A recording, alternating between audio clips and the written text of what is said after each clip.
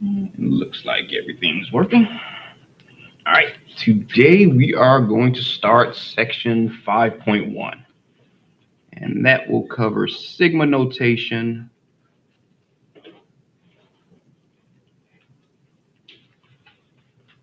and approximating areas.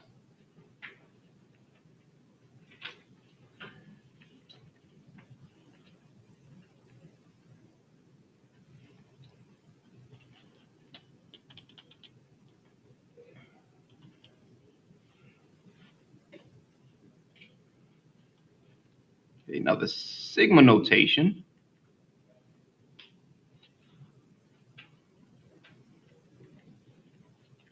is just the Greek letter sigma.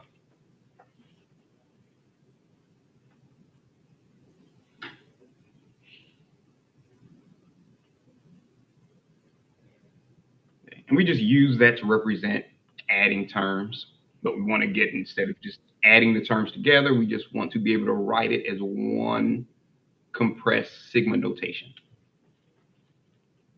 Okay, so let's say if you want to find the sum, or you want to write down the sum of the terms. Let's say you have the first term, we'll call that a number 1. The second term, you'll call that a number 2. Third term, we'll call that a number 3, and we'll keep on going until we reach some finite term, some nth term.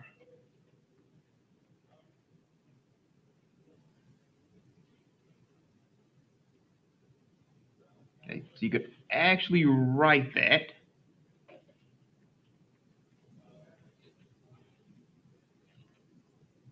as the sum from, let's say, from I equals 1 to some number n of a sub I.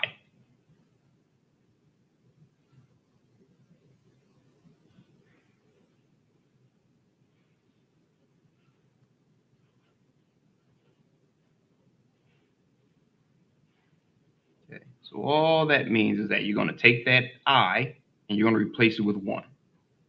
So you have a sub 1. Then you're going to add it. Now you're going to replace that I with 2. Then you're going to add that. You're going to replace that I with 3. And you're going to keep on replacing that I until you reach whatever number is up here. Well, in this case, it's some number n.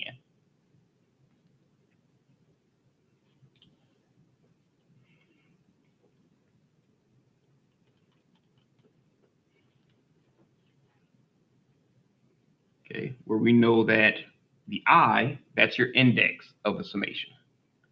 So I is equal to the index of the summation.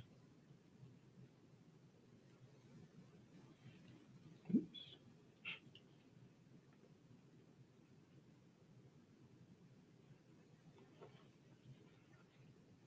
Where the a sub I is just the ith term of the summation.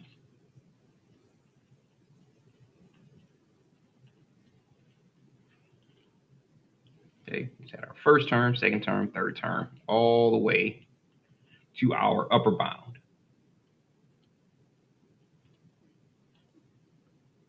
Okay.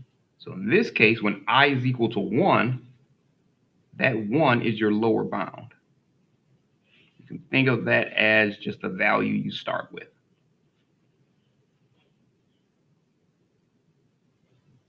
And the n, that's your upper bound.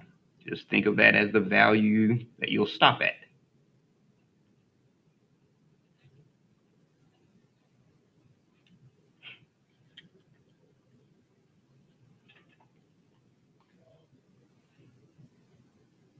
And sometimes it's called the lower limit and upper limit, but you'll see more lower bound and upper bound than anything.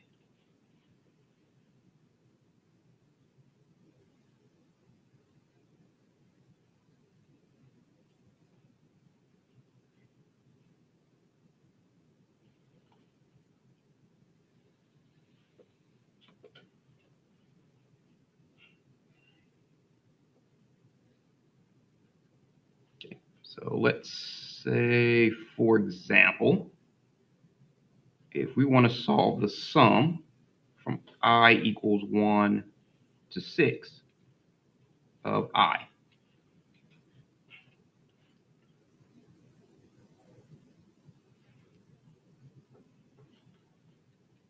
Okay. Well, all that means is we're going to replace I with 1,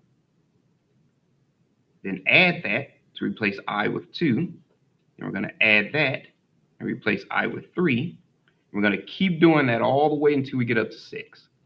So we're going to replace I with 4, then add that, replace I with 5, then add that, and replace I with 6. And once we reach our upper bound, we stop. So if you add all those together, we put a little parentheses around each one of those. You don't have to do this, but you can. It's just equal to 21.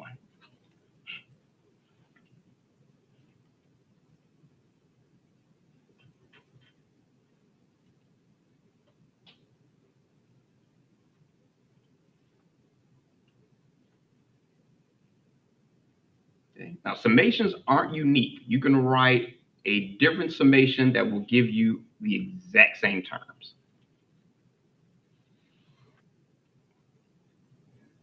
So what if we wanted to find the sum from I equals 0 to 5 of I plus 1?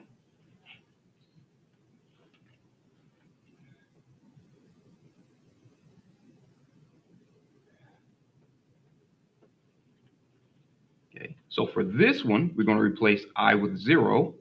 So that's 0 plus 1. Plus, now we replace I with 1. 1 plus 1. Plus, replace I with 2. 2 plus 1. And 3 plus 3 plus 1. Plus 4 plus 1. Then we replace it with 5. And then we stop. So all we're doing is just, again, replacing the I. 0, 1, 2, 3, 4, and 5.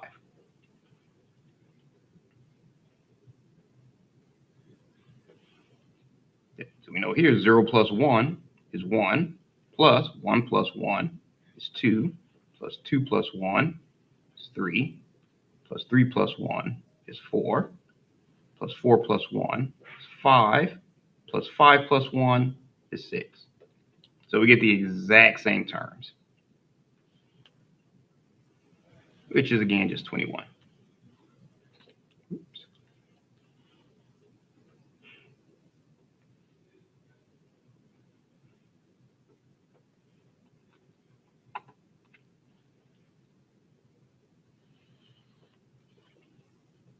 Okay. So what if we wanted to solve or simplify the sum from j equals 3 to 7 of j squared times k?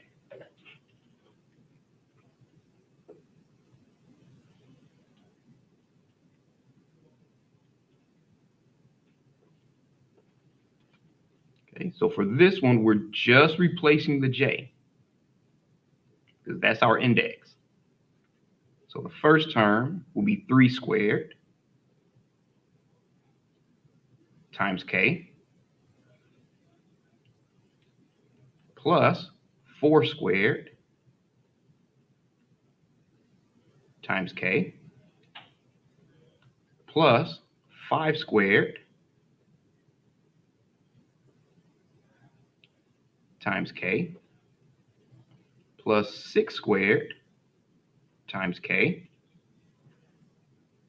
plus 7 squared times k.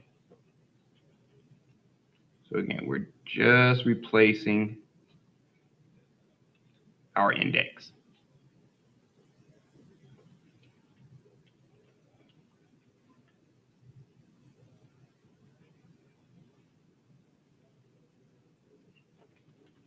Which is equal to 135k.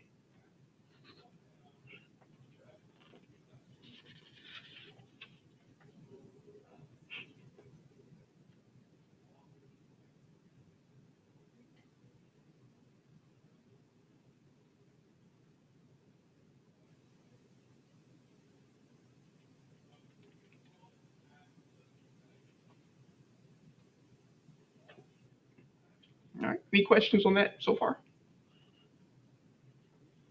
Okay. Oh, anyone still writing? Well, okay. Still writing.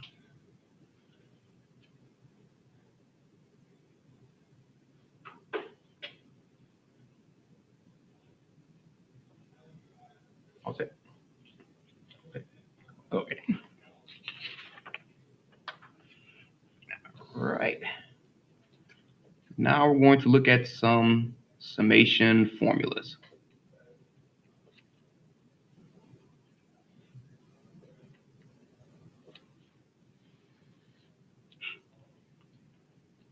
These we're going to let our C equal a constant or any constant.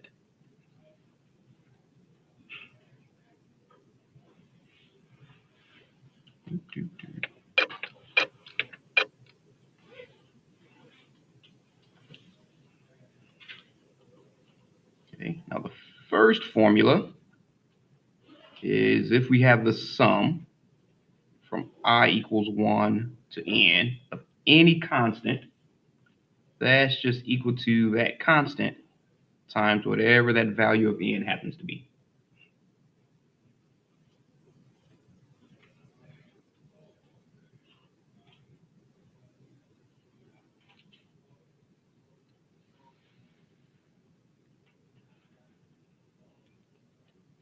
The second formula is if you have the sum from I equals 1 to n of I, well, that's just equal to n times n plus 1 divided by 2.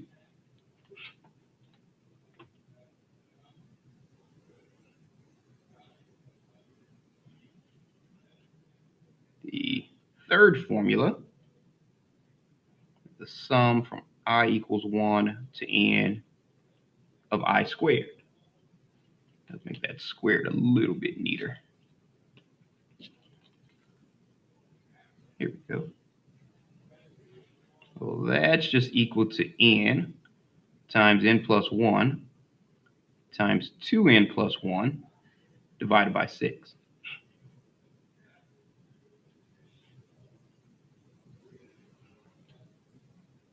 And the fourth formula is the sum from I equals 1 to n of I to the third power.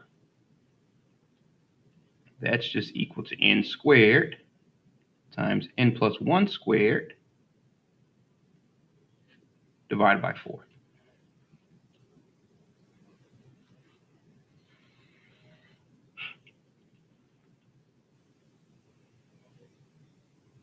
And there are many more after that, but these are the only ones we're kind of using here.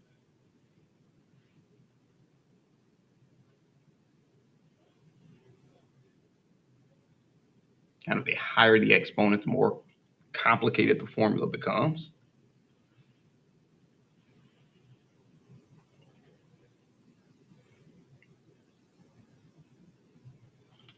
Okay, so let's look at how these came around. So let's say proof of number 1. We'll do 1 and 2 because the rest are pretty similar to number 2.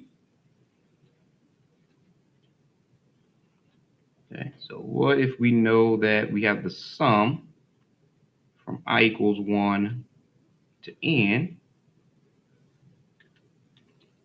of some constant?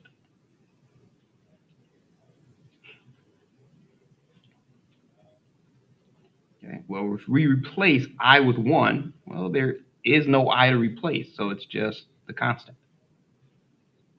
Plus, we replace I with 2, there's no I to replace, so it's just a constant.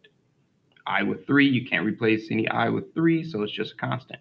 And we're going to keep on doing that n number of times.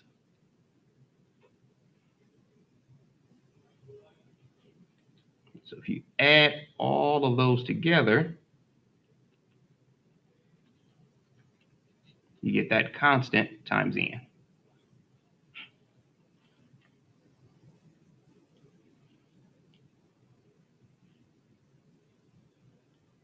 It's like if you add 3 plus 3 plus 3 plus 3 plus 3, you could just rewrite it as 3 times 5.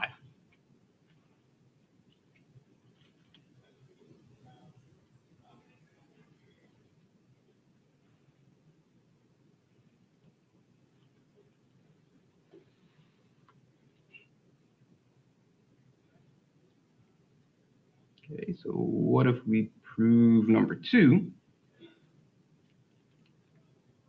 Okay, for number 2, we know that the sum from I equals 1 to n of I, we replace I with 1, replace I with 2, replace I with 3, I'll put parentheses around them, replace I with 4, and we keep on going until we get closer and closer to n.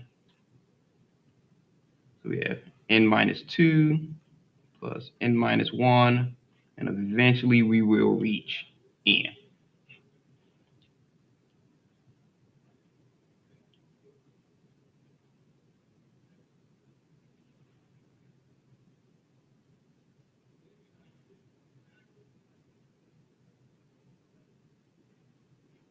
Okay, so what if we add it to itself?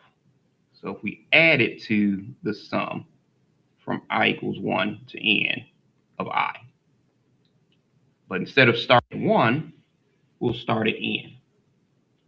So let's move that plus sign up a little bit. So we have n plus n minus 1 plus n minus 2 plus n minus 3, and we keep on going until we eventually hit 3 times 2 times 1.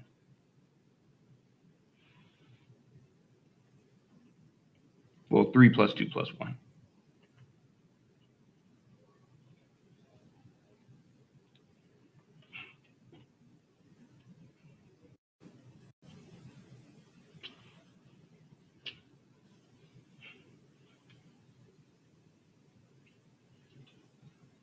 Okay, so if we add these together, we have the sum of I plus the sum of I is just 2 times the sum of I from I equals 1 to n.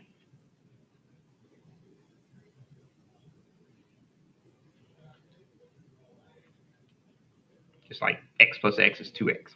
Same thing. So now if we add these two terms together, we get n plus 1. Plus, if we add these two terms together, we get n minus 1 plus 2, which is n plus 1. We add these two together, we get n minus 2 plus 3, which again is n plus 1. And if we add these two together, we get n plus 1. And we'll keep on doing that all the way into the other direction, where n minus 2 plus 3 is just n plus 1. Same thing here, we'll end up with n plus 1. And if we add these two, we will end up with n plus 1.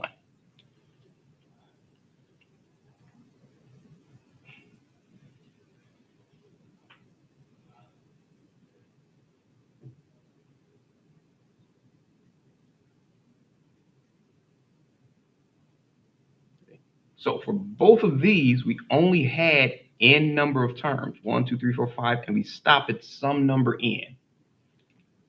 So we had n number of terms. Oops, clean up that E a little bit.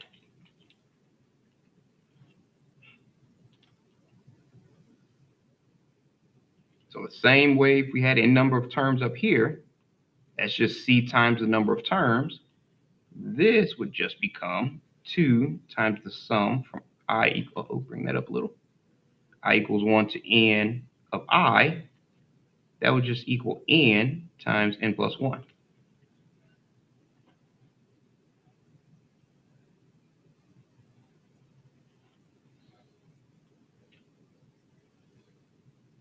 So if we divide both sides by 2,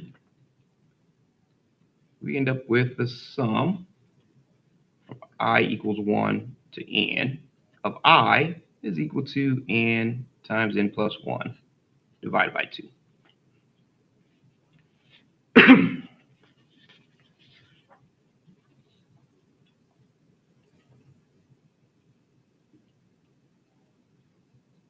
So the other formula, other proofs look somewhat like that, so we're not going to even bother going over those. This is just to give you an idea of where the formulas came from.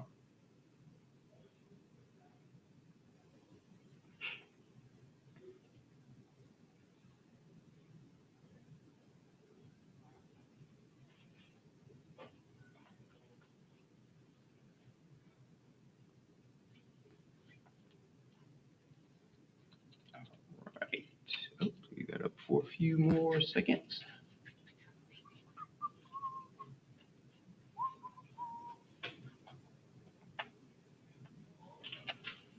Okay.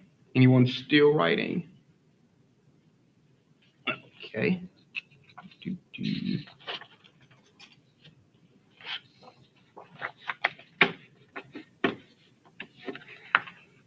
Go.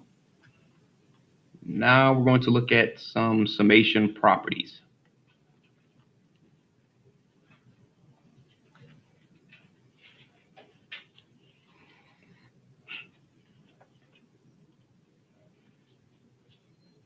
Okay, and a couple of them are pretty similar to your your differentiation properties, your antiderivative properties or integral properties. So a couple of these should look familiar. So if we have the sum from I equals 1 to n, let's say we have some x sub I plus or minus y sub I, where those are your terms. Well, just like derivatives and integrals, we can just distribute that summation to both of those terms.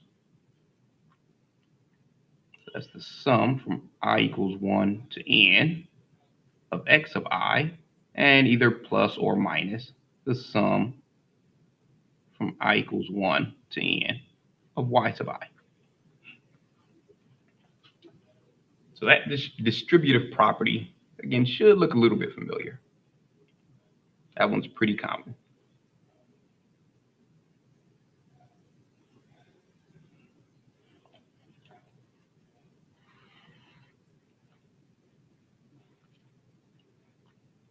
And if you have the sum from I equals 1 to n of some constant times your x sub I,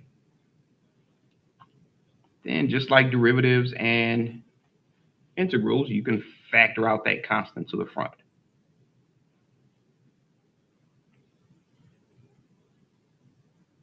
Where you just have the sum of x sub I with the constant multiplied to the whole thing.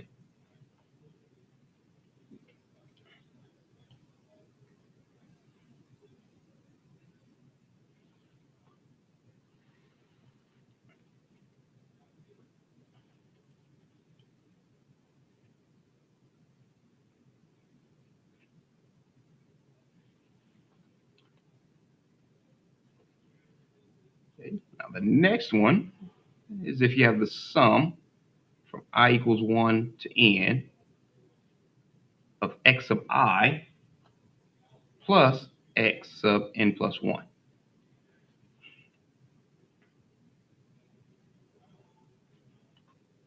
Well, that's just equal to the sum from I equals 1 to n plus 1 of x sub I.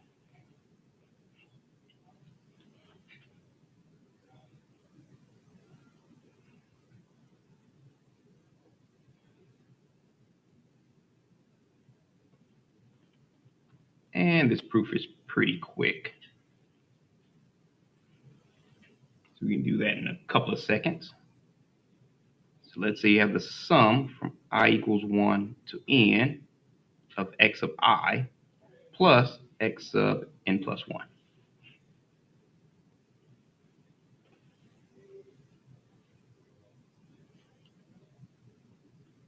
So let's say we expand our summation. Replace I with 1, it's x sub 1 plus, replace it with 2 plus x sub 3 plus x sub 4, and we keep on going until we reach our x sub n, our upper bound.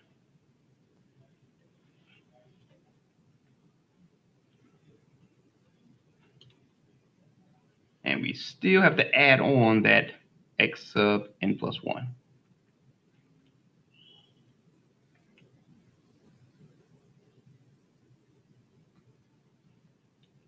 Okay, so this is just a sum where the I starts at 1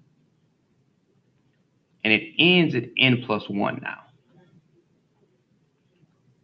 of x sub I.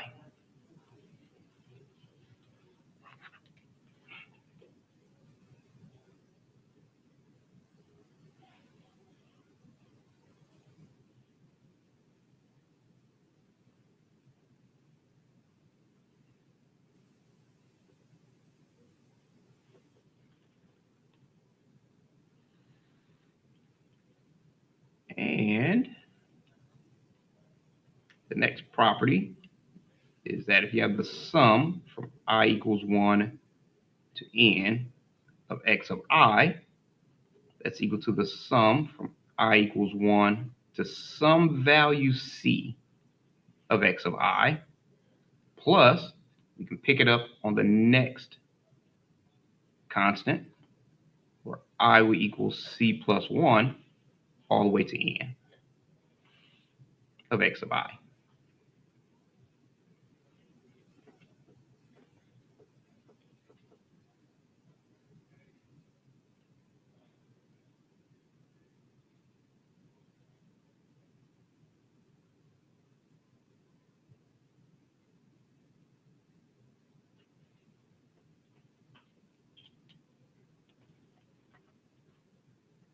So just to give a quick visual of that one, let's say we have the sum from I equals 1 to 6 of I. Oh, that just means we replace I with 1, then add that to replace I with 2, then we replace it with 3, then 4, then 5, then 6.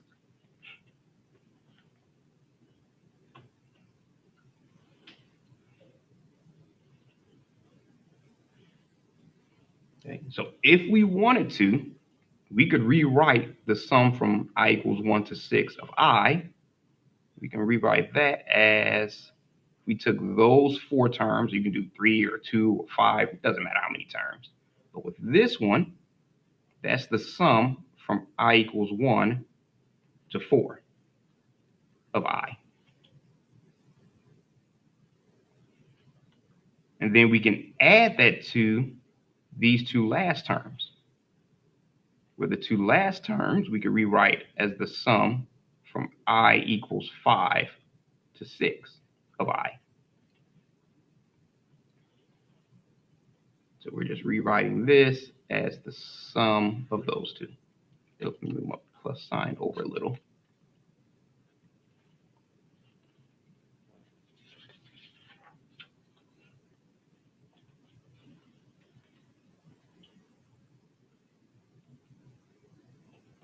All right, so are there any questions on that so far?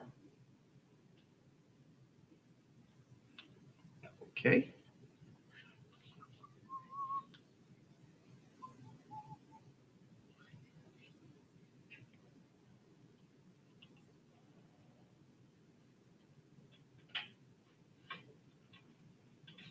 All right. So let's say, for example,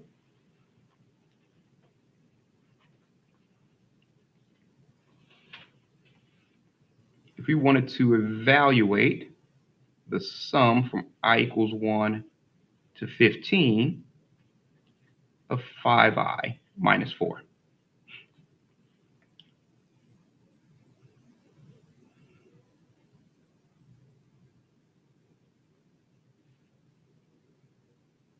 Okay. Now, if you wanted to, you could replace I with 1, then add it and replace I with 2, then add and replace I with 3, all the way up to 15, which is doable. But what if it wasn't 15? What if it was 45 or 70? Doing it the long way like that would be possible, but extremely time consuming. So what we're going to do here is we're going to use the formulas.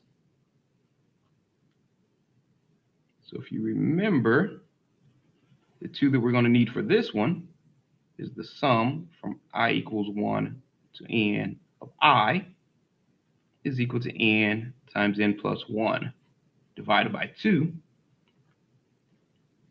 and the sum from I equals 1 to n of a constant is just equal to that constant times n.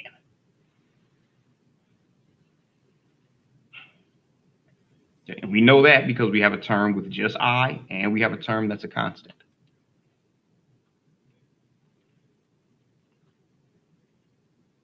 So if we take our sum from I equals 1 to 15, make that 15 a little neater. Of 15 of 5i minus 4, just going to distribute that summation.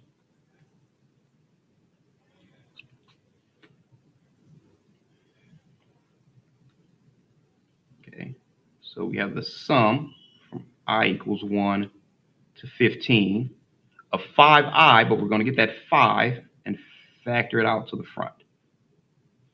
So it's just the sum from I equals 1 to 15 of I minus the sum from I equals 1 to 15 of 4. And you could factor that 4 out, but you don't have to, because then the constant there would just be 1. So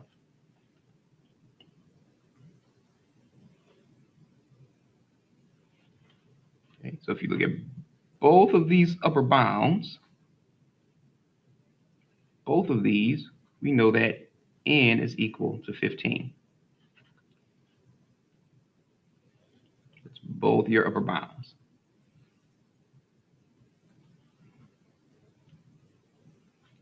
So that means we can replace this with the formula and just replace n with 15. So that would be 5 times our n times n plus 1 would just be 15 times 15 plus 1 divided by 2.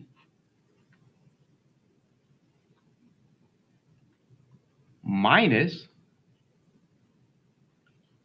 we know the sum from I equals 1 to n is equal to that constant times n. Well, in this case, that's just our constant times 15. So all we did was use this right here.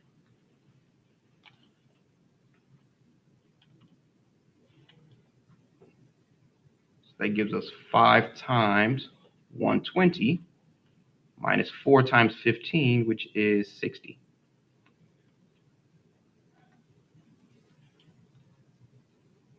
Or just 600 minus 60, which is 540. Bring that up a little. Which is a lot faster than trying to add each sum on its own, especially when that upper bound gets really, really high.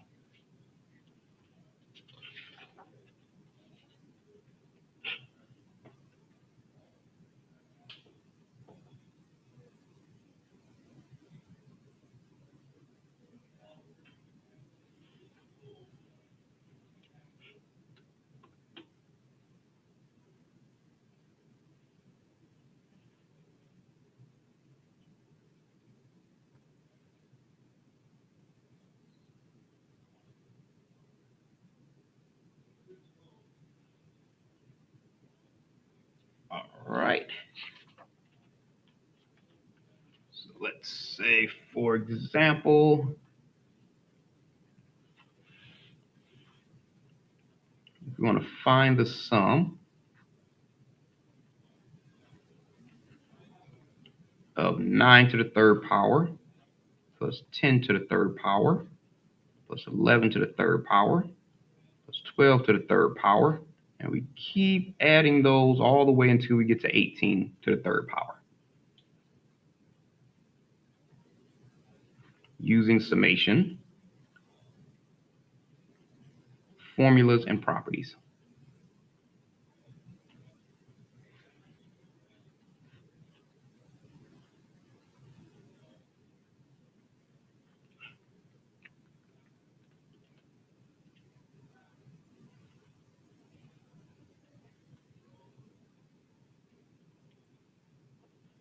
Okay. So again, with this one, you could use a calculator and just add them together the regular way. But what if that last number would have been 75 to the third power?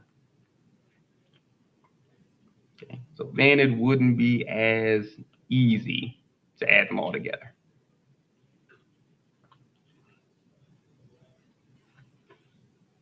Okay. So first thing we want to do is we want to put this in a summation form. So if we have 9 to the third power plus 10 to the third power plus 11 to the third power all the way to 18 to the third power, we could rewrite that as the sum from I equals 9 to 18 of I to the third power.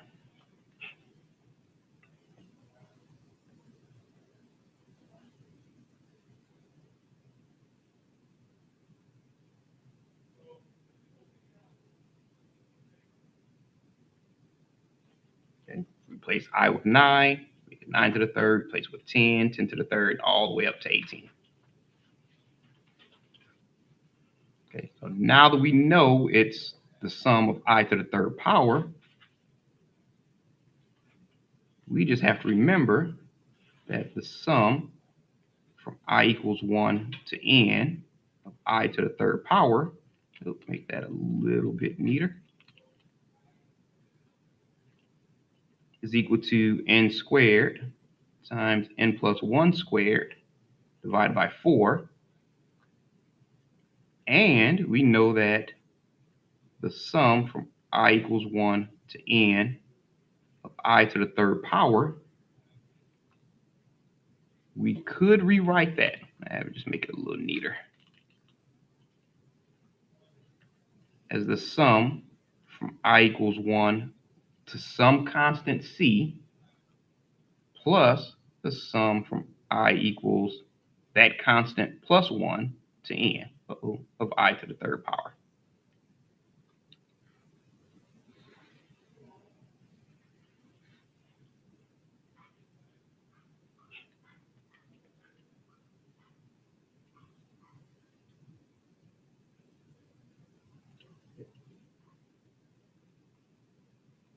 So this one you have to be careful only because our formula has a lower bound of 1. But our problem has a lower bound of 9. But we can still solve it. We just have to remember that the sum from I equals 1 to 18 of I to the third power, we could rewrite that as the sum from I equals 1 to 8 of I to the third power plus the sum from I equals 9 to 18 of I to the third power. Okay, so all we did was use this rule right here.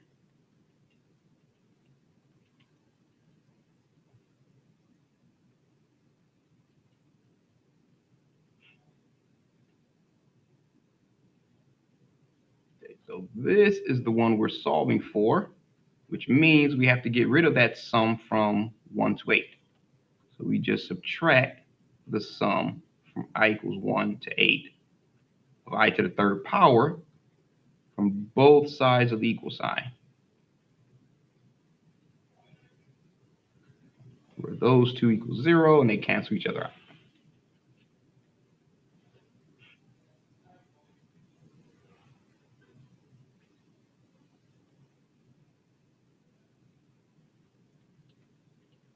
Okay, so we know that the sum from 9 to 18 is equal to the sum from 1 to 18 minus the sum from 1 to 8. And I'm just going to put this one on the left side.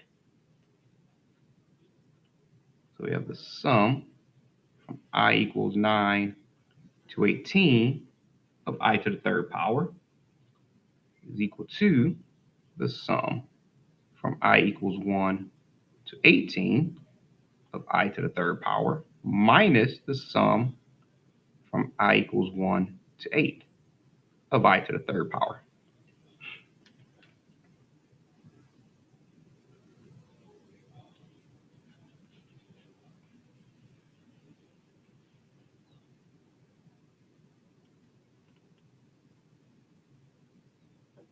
Okay, so now we have both of those terms with a lower bound of 1. So now we can actually use the formula. Okay, so if we look at this one, you see here that n is equal to 8. And if we look at this one, we can see here that your n is equal to 18. So we use the exact same formula, but we have different values of n for each term. Okay, so that's going to equal, now this one, we're going to rewrite that as 18 squared times 18 plus 1 squared divided by 4. So we have 18 squared times 18 plus 1 squared divided by 4.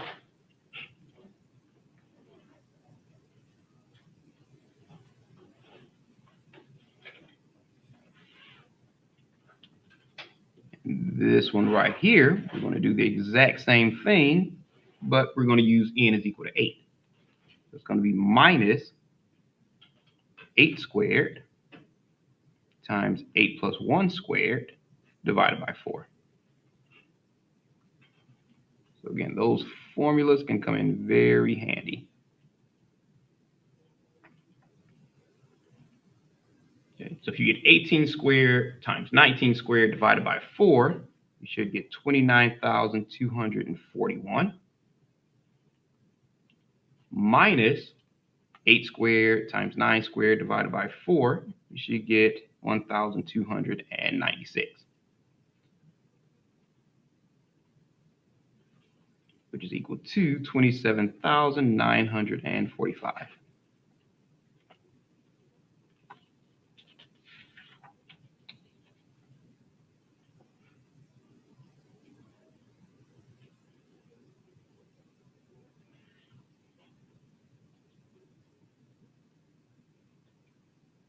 Right. Any questions on that one?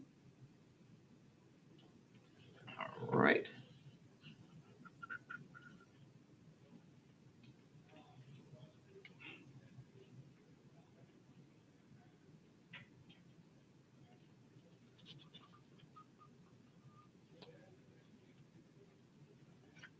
All right.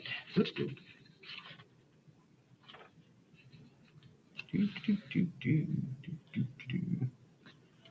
So let's say, for example, if we wanted to evaluate the sum from I equals 9 to 21 of I squared.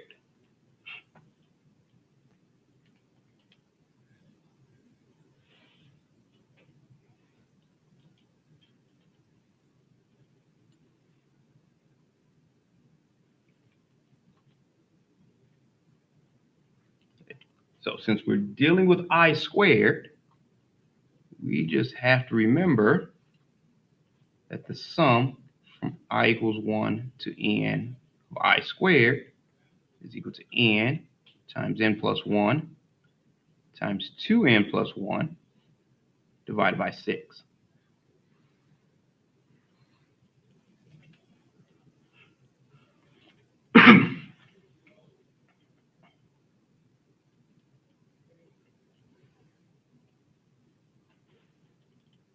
So again, we know we can only use this formula if our lower bound is 1 and this one is 9. So we know we have to kind of tweak it a little bit.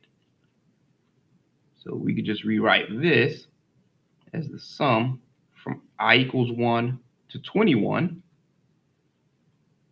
of I squared is equal to the sum from I equals 1 to 8 of I squared plus the sum from I equals 9 to 21 of I squared.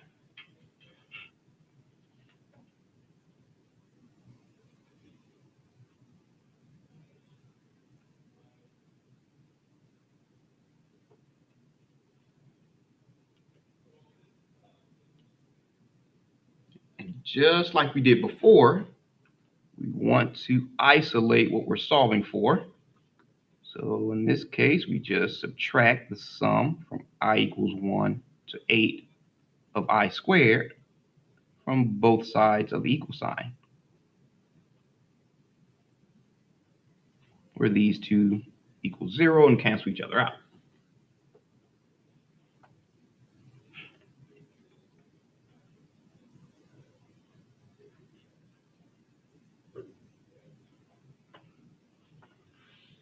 So that leaves us with the sum from 9 to 21 is equal to the sum from 1 to 21 minus the sum from 1 to 8. So the sum from I equals 9 to 21 of I squared is equal to the sum from I equals 1 to 21 of I squared minus the sum from I equals 1 to 8 of I squared.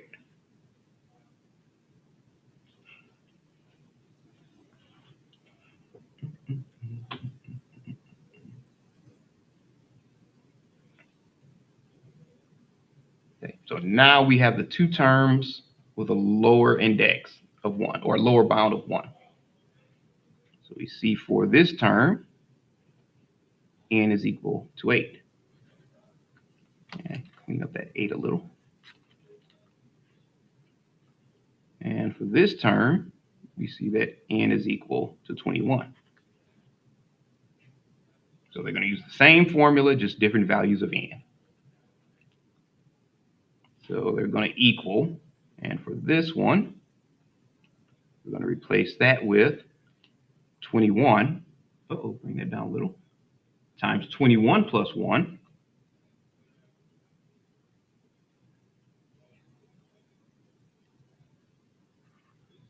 Times 2 times 21 plus 1. Divided by 6.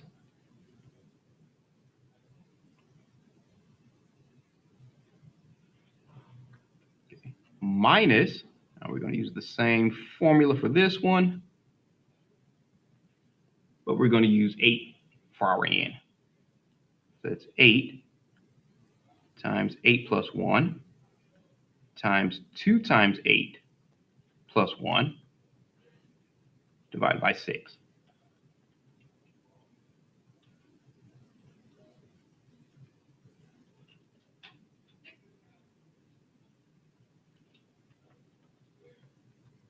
Okay, so you have 3,311 minus 204.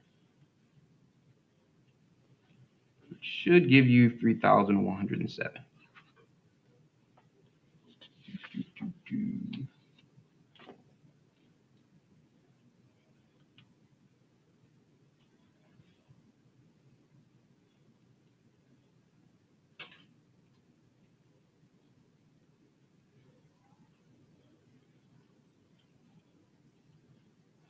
All right. Any questions on that one?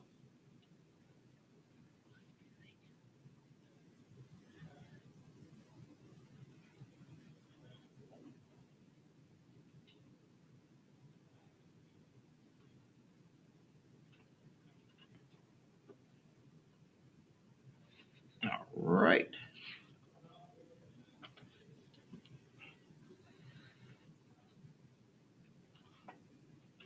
So let's say if suppose that we know the sum from I equals 1 to 8 of a sub I is equal to 7. And the sum from I equals 1 to 8 of b sub I is equal to 1.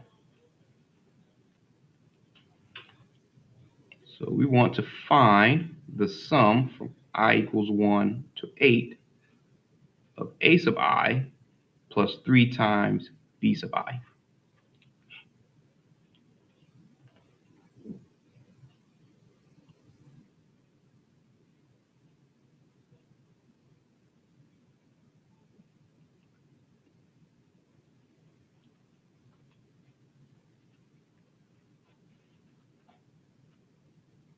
Okay, so if we have the sum from I equals 1 to 8 of a sub I plus 3 times b sub I, we know that we can just distribute that summation.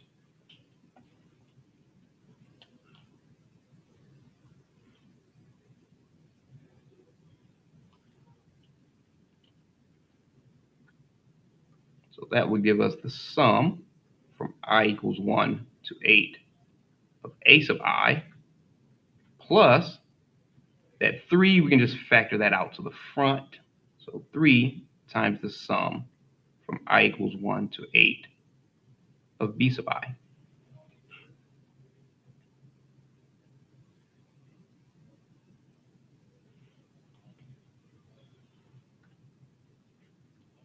Well, we know that the sum from I equals 1 to 8 of a sub I, we know that that is equal to 7. So it's 7 plus, and we know that the sum from I equals 1 to 8 of b sub I, we know that is equal to 1. So 7 plus 3 times 1,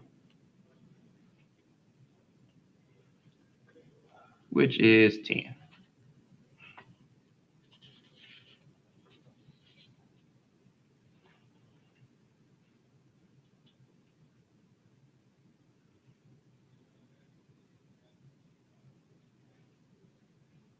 All right.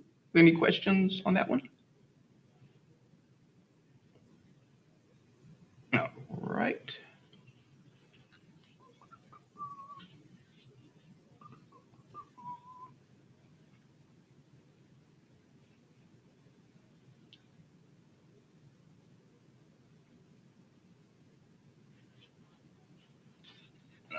Okay.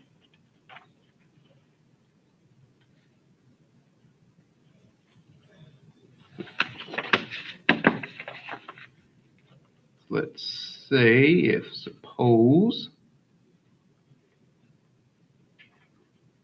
that we know that the sum from I equals 1 to 24 of a sub I is equal to negative 10. And we know the sum from I equals 1 to 5 of a sub I is equal to negative 4. So we want to find the sum from I equals 6 to 24 of a sub I.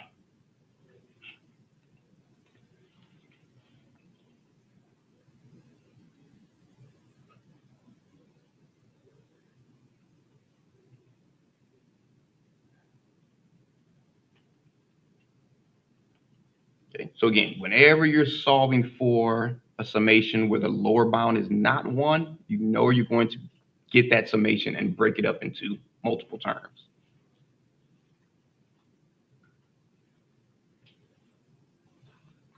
So that means because we're solving one without a lower bound of 1, we have to take the sum from I equals 1 to 24 of a sub I, and we have to break that into 2 terms. So we're going to break that into the sum from I equals 1 to 5 of a sub I, plus the sum from I equals 6 to 24 of a sub I.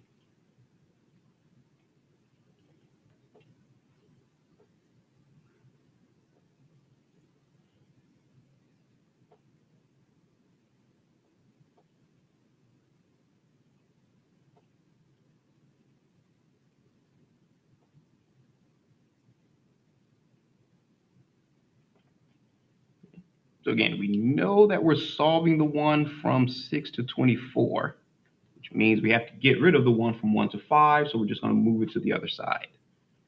So we subtract the sum from I equals 1 to 5 of a sub I from both sides. Equals 1 to 5 of a sub I, where those two cancel each other out.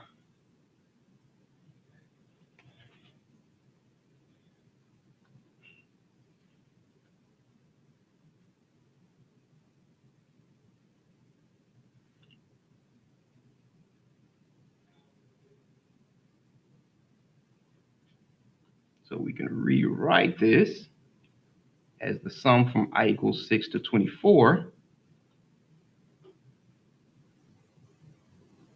of a sub I is equal to the sum from I equals 1 to 24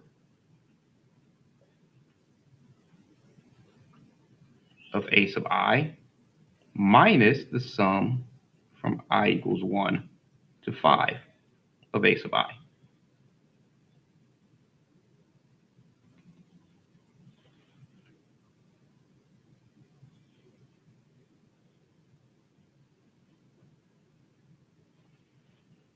Okay, well, we know the sum from 1 to 24, that's equal to negative 10.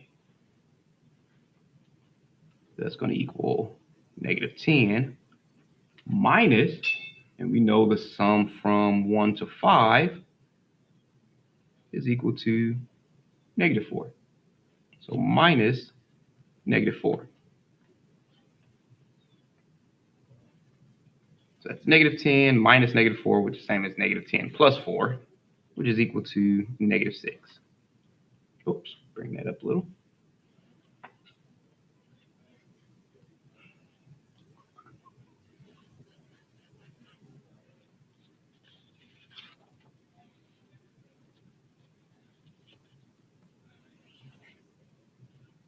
All right, so are there any questions on that?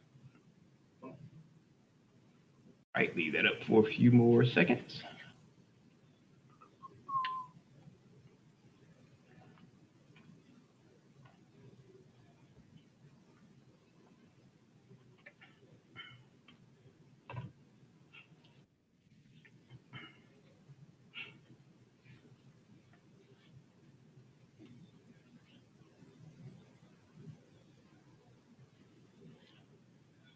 All right.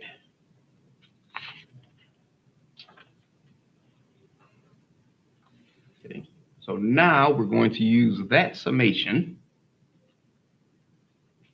to look at the area of a plane region.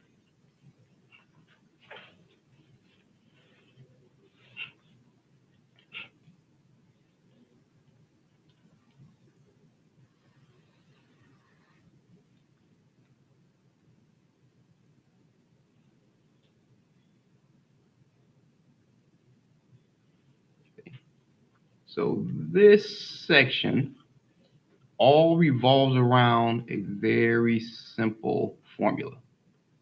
That's the area of a rectangle,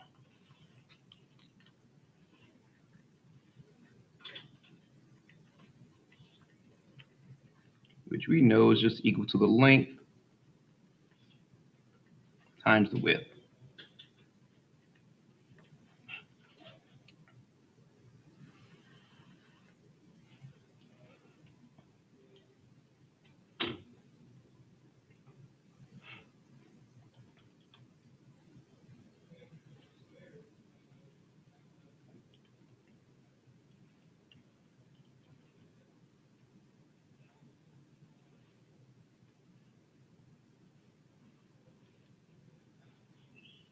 Okay. Now, what if we wanted to find the area of a shape that was not rectangular?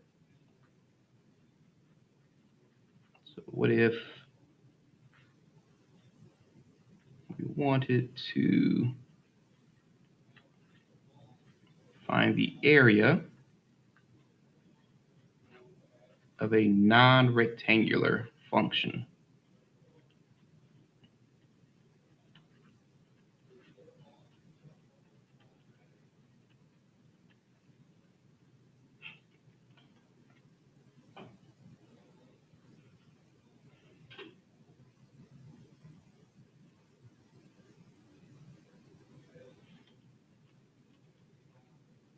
Okay, so let's say we have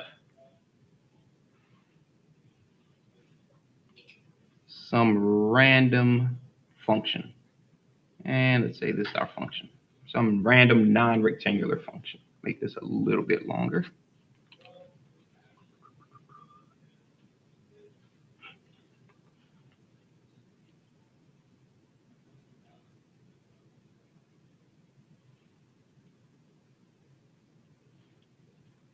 Okay, so we want to find the area in some interval from x equals a all the way to x equals b.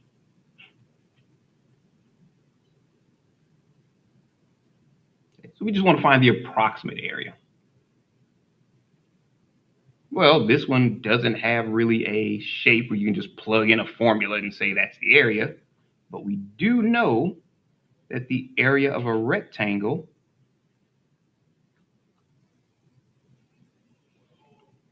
we can fit that in there. So we have one rectangle area.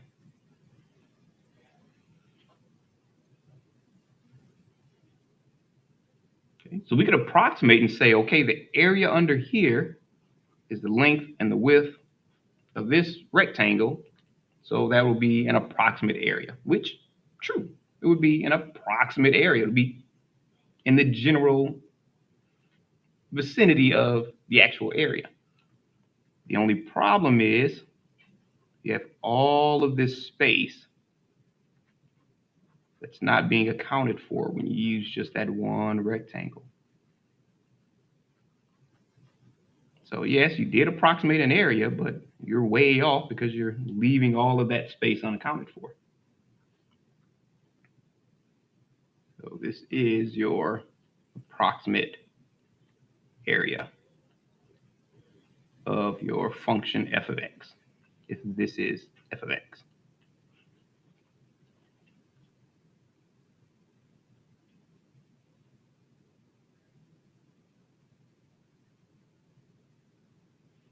Okay. So what if instead of one rectangle, you say, okay, if one rectangle gave us an approximate area, how close will we get with two rectangles? So if we have the same function f of x,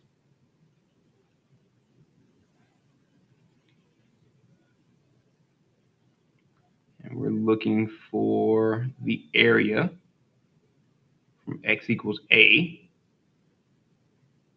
to x equals b,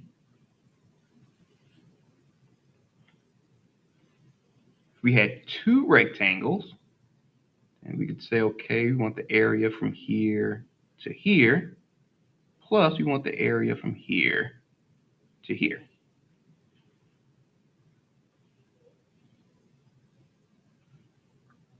So we can call this rectangle number one, and we can call this rectangle number two.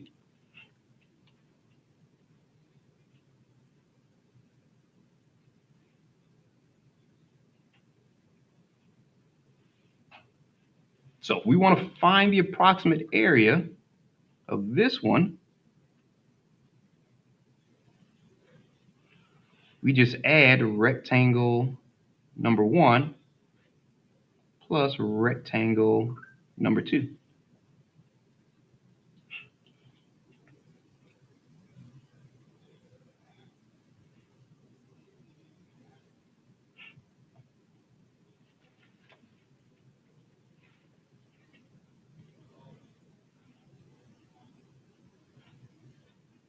Okay. Now, with one rectangle, we had all that unaccounted for space. With two rectangles, we still have unaccounted for space, but it's not as much. The amount of unaccounted for space is a little bit less. Not a lot less, just a little bit less.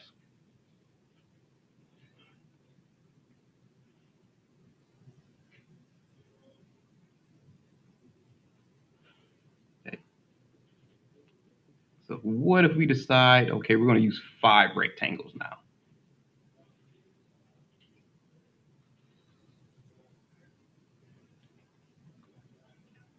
So we get the exact same function.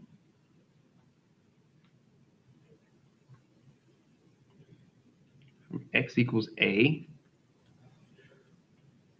to x equals b of your function f of x.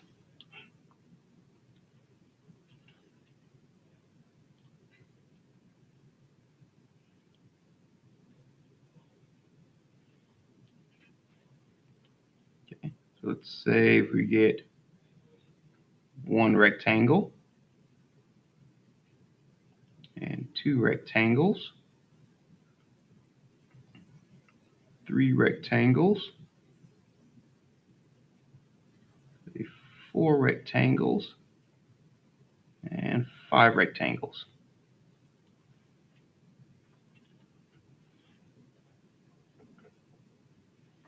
And we'll call this rectangle number 1, rectangle number 2, rectangle number 3, rectangle number 4, and rectangle number 5.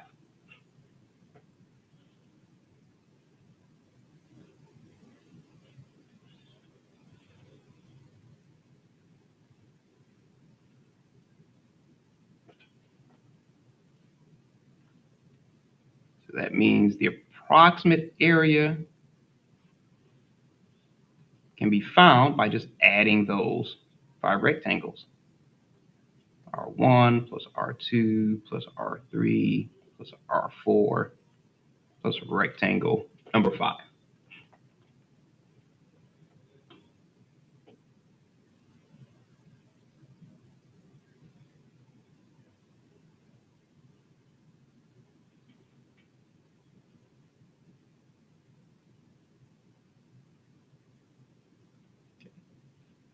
So with this one, you still have some unaccounted for space, but when compared to the first one rectangle approximation and the two rectangle approximation, you could see that the unaccounted for space is a lot less. So imagine if you had 25,000 rectangles, or a million rectangles, or 10 billion rectangles. The amount of unaccounted for space would be so small that it wouldn't even bother being added in. And plus, the number of rectangles is just going to keep increasing. So if you have a billion rectangles, it's going to keep on going after that. Okay, so that approximation would just keep getting more and more accurate. Okay, so the accuracy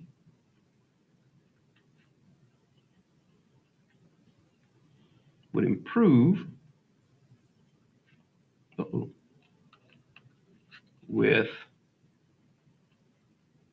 25,000,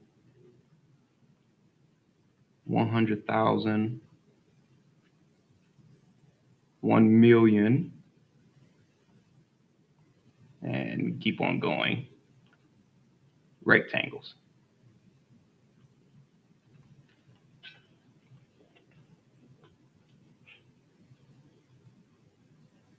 Okay, so if you had an almost infinite number of rectangles, then that accuracy would be spot on.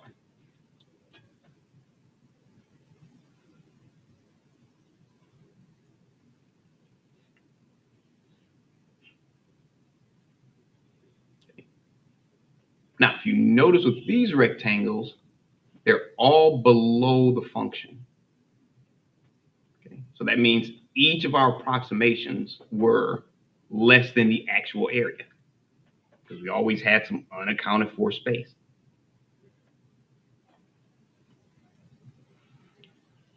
Okay, so whenever the rectangles are underneath the function, they're called inscribed rectangles.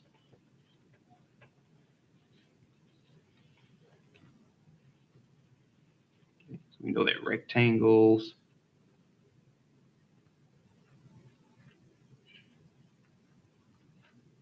under the functions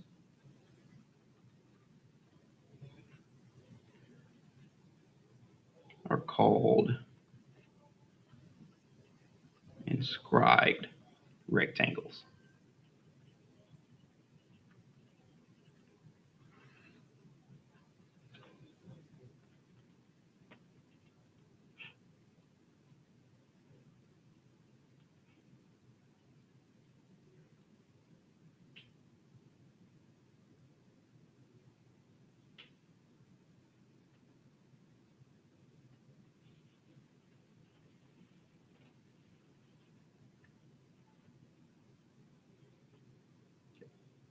And that's important because whether your function is increasing or decreasing, your rectangles will have a certain characteristic.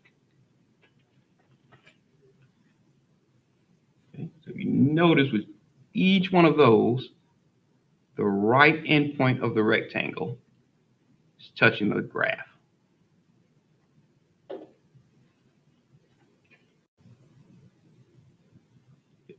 So that characteristic right there comes in very handy a little bit later.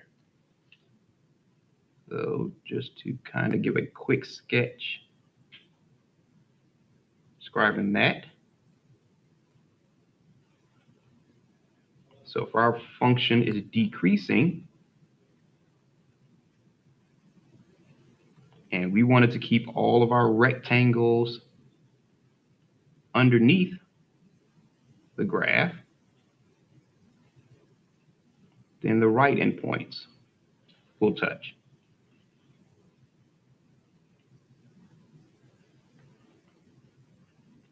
Right endpoint touches the graph.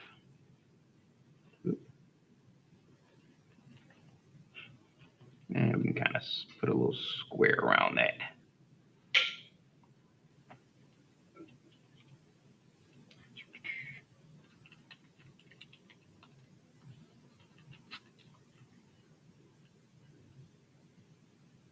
There we go.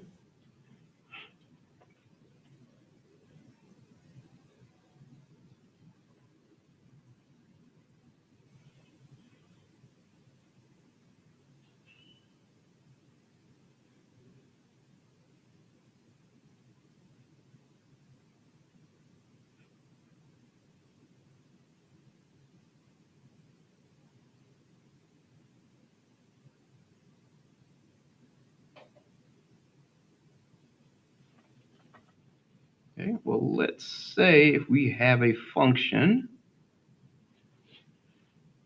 and it's increasing.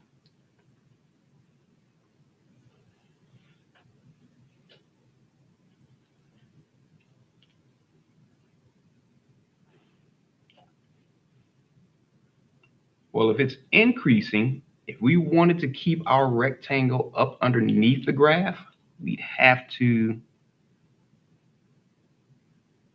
draw them like this.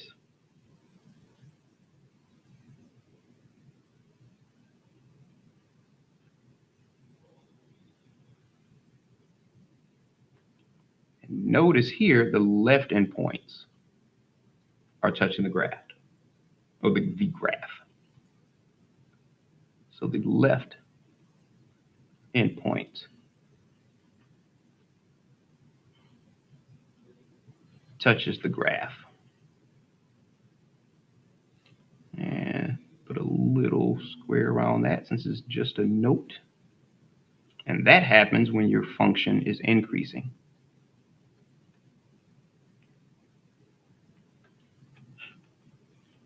It's a little detail, but it becomes very important a little later.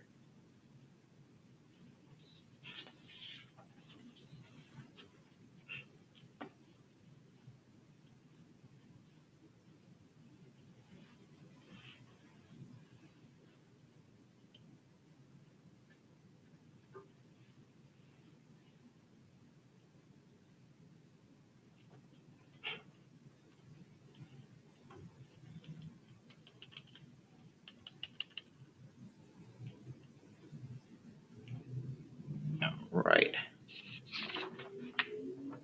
Now, what if your rectangles are over the graph or over the function? So what if the rectangles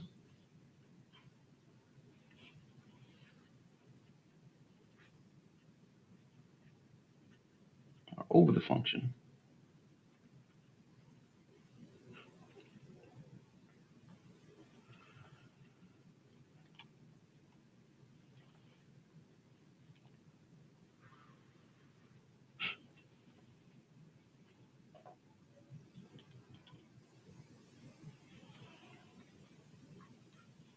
Well, what if we have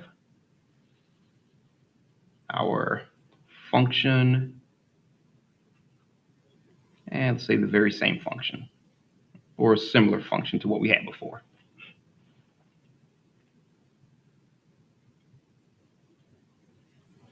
We know that function. We have the interval from x equals a to x equals b.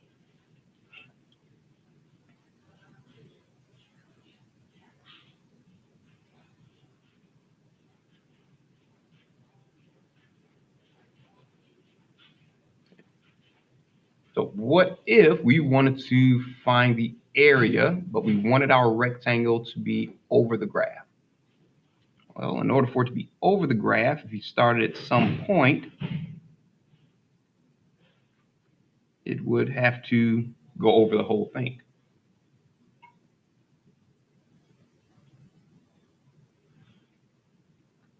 Okay. So this entire rectangle gives an approximate area. The only thing now is that this part of it is too much. We went over the area. So this is the area, but this was just added onto our approximation. So even though this whole thing is the approximate area,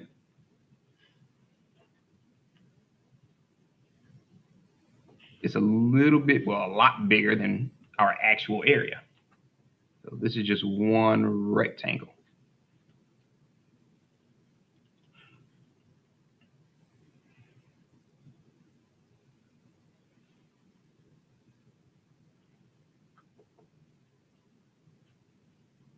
Okay, well, let's try it with two rectangles, just like we did before.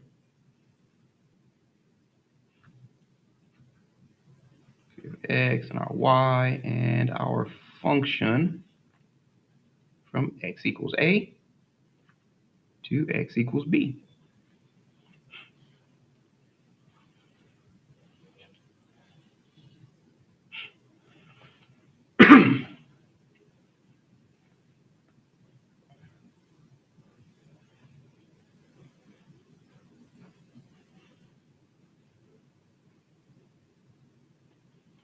Okay, well, if we wanted two rectangles to go over the graph, one would have to start at A, and the second would end at B. And again, we'll call this rectangle number 1 and rectangle number 2.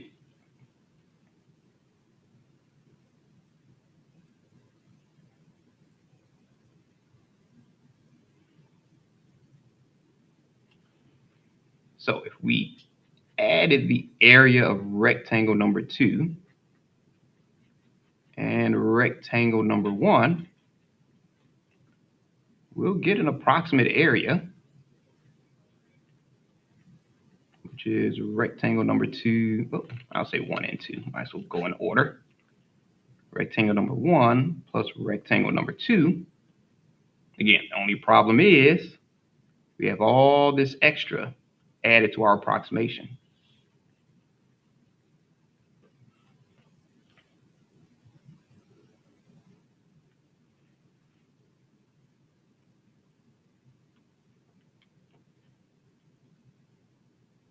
But notice it's not as much as the extra from just one rectangle.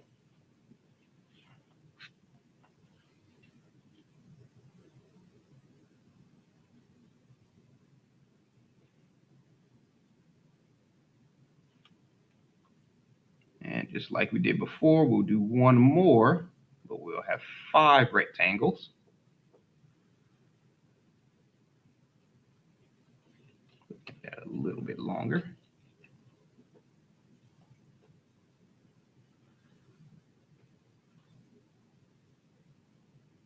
So we have our function f of x from x equals a to x equals b.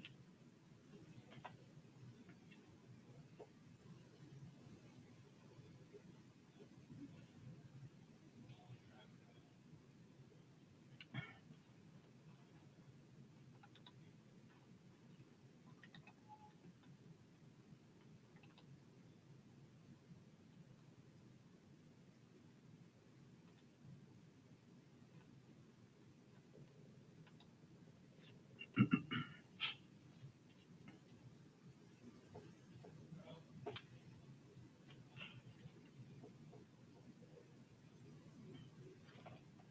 so if we have 5 rectangles, we know we have to start at A,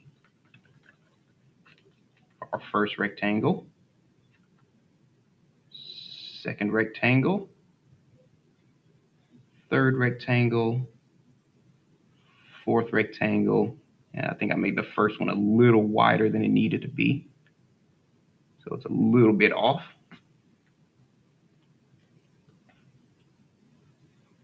Okay, so again, we'll call this rectangle 1, rectangle number 2, rectangle number 3, rectangle number 4, and rectangle number 5. And they should be the same width. Drawing it by hand, my eye for that wasn't the greatest. So for this one, again, the approximate area is just adding all the rectangles.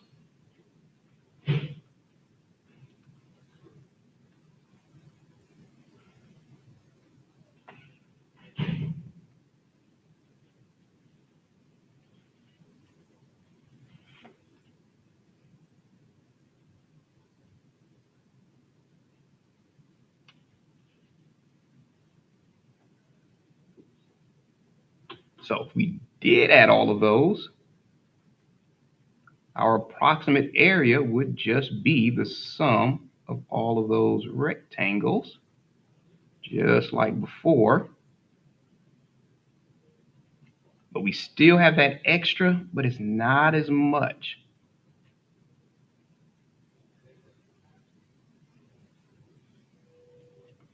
Okay.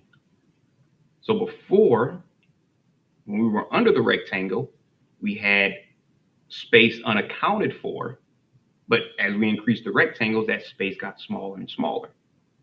When we're over the graph, we have extra value added to our area, but as you add rectangles, that added value gets smaller and smaller.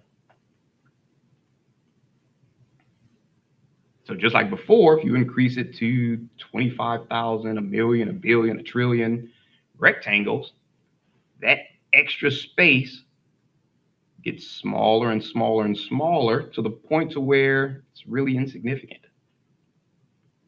That's like saying 5 is the actual area, but the approximate area with 10 billion rectangles is 5.000, and you have like 50,000 zeros and a 1 at the end. You're not even going to count it. It's just really small.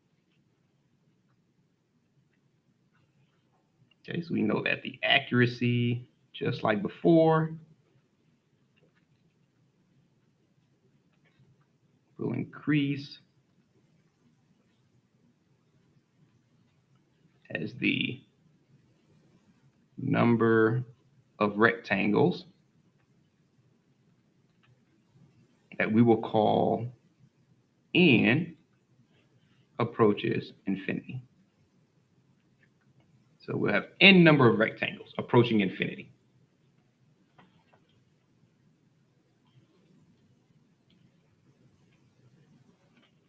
Let me get another pencil lead. This one's getting a little low.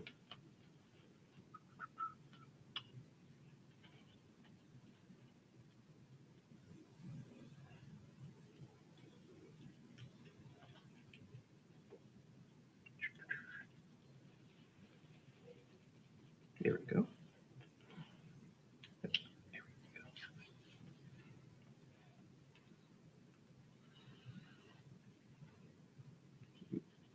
Straighten that up a little bit. Okay, now when the rectangles are over the graph, those are called circumscribed rectangles.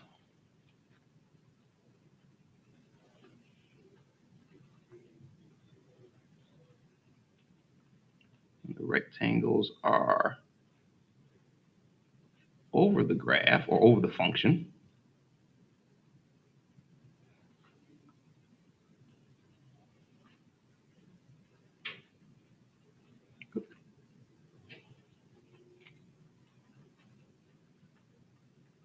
They are called circumscribed.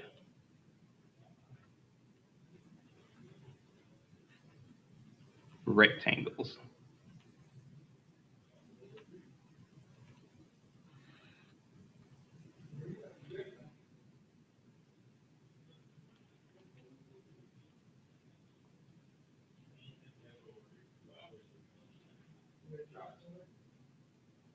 Always make sure I'm really careful when I say that.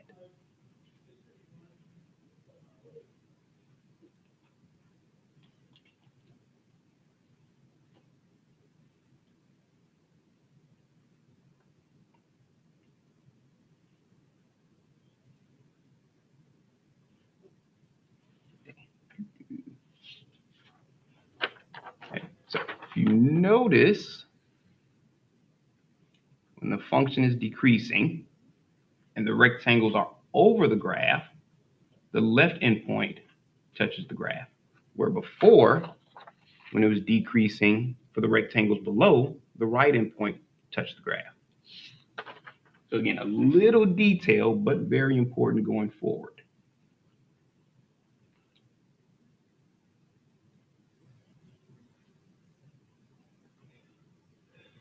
Okay, so again, if we have our decreasing, if we're going over,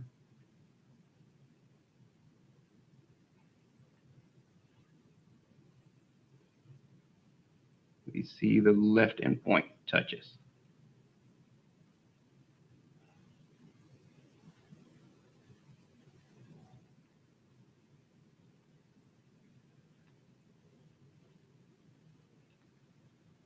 It touches the graph. And that's when it's decreasing.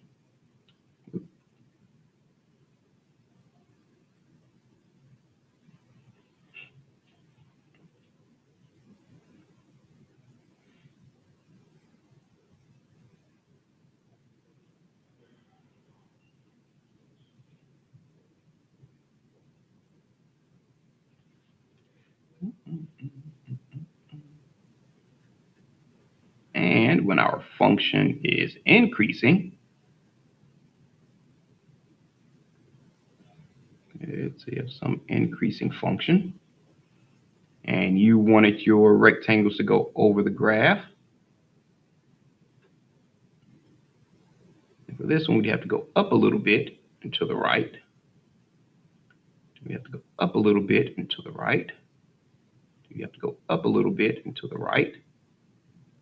Notice here, all of your right endpoints are touching the graph.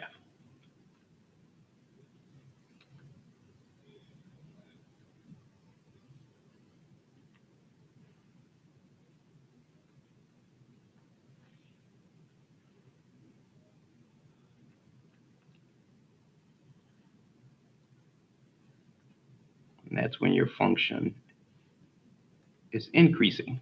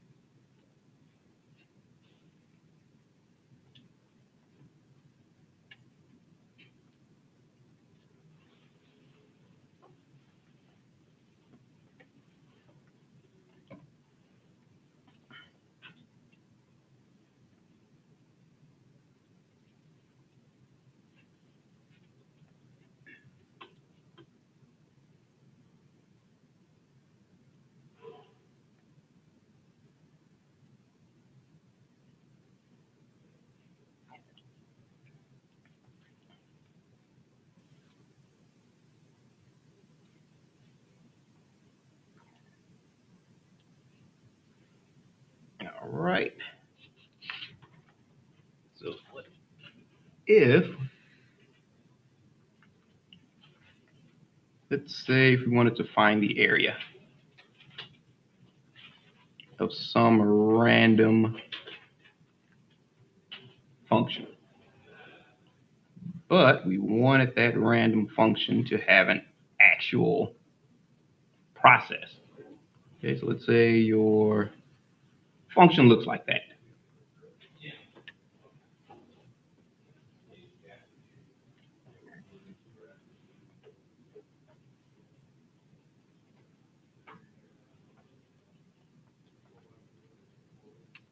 And make that a little smaller so I can make some notes on the side. There we go. Just to have some writing room.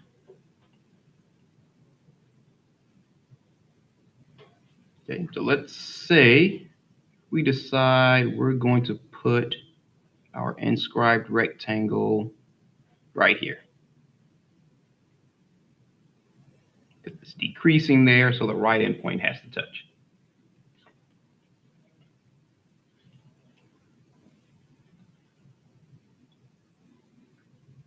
Okay, so let's say your delta x represents the width of the rectangle.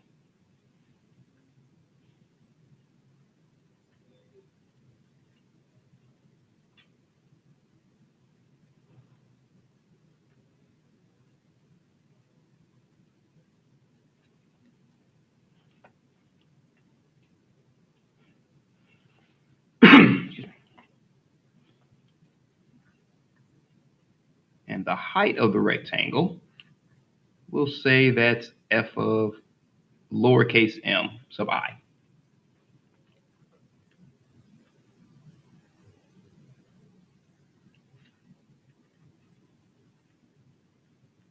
So it's the height of the inscribed rectangle.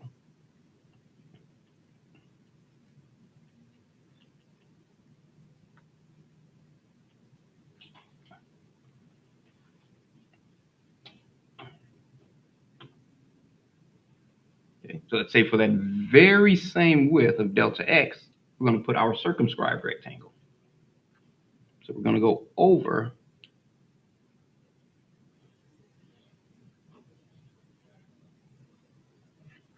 with our left endpoint touching the graph. So let me line that up a little bit better than that. There we go.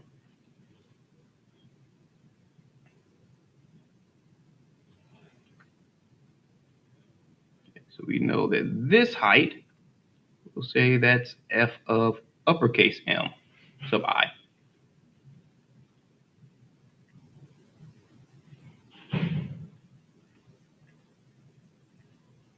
So that's the height of the circumscribed rectangle.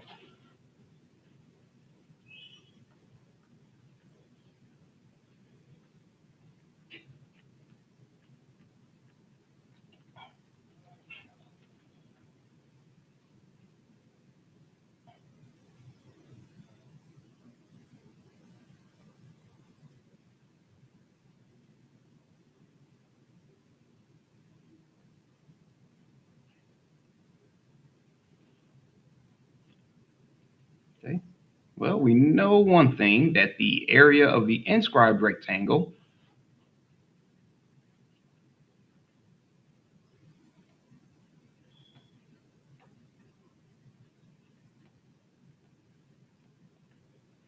is going to be less than or equal to the area of the circumscribed rectangle.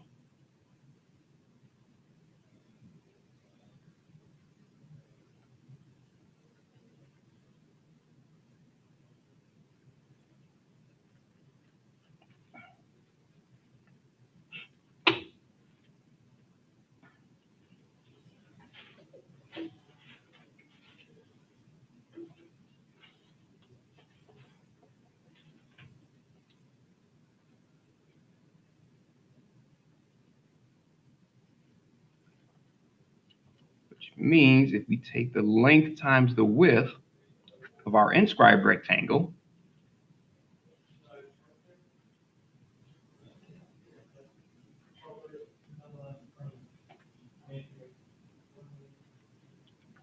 that's less than or equal to, and we leave a little bit of space there, that's less than or equal to the length times width of your circumscribed rectangle.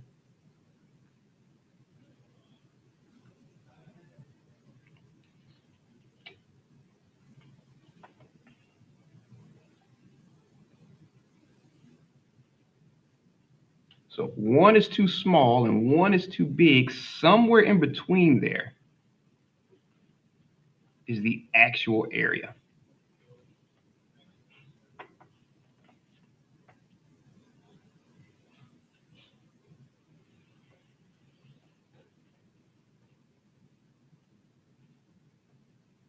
Okay. So again, if we let n equal the number of rectangles,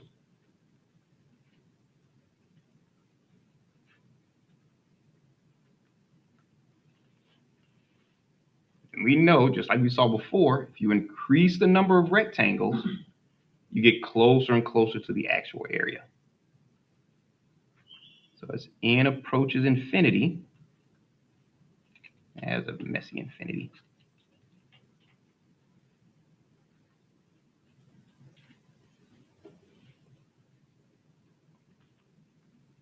actual area value gets closer and closer. Uh-oh.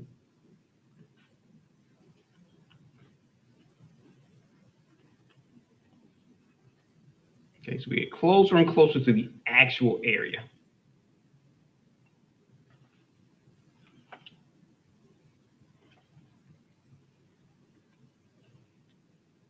So that means that the limit as the number of rectangles approaches infinity of the length times width of the inscribed rectangle gets really, really close to the limit as the number of rectangles increase of the area of the circumscribed rectangle.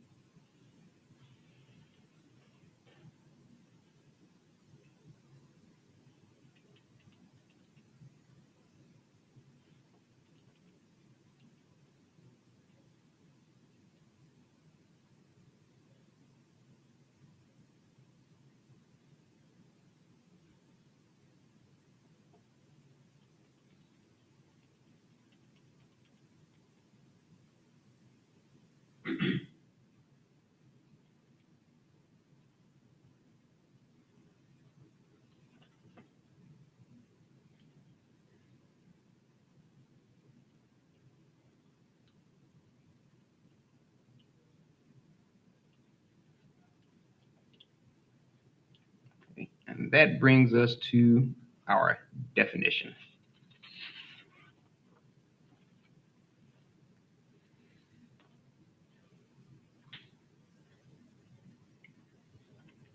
So definition of the area of a region.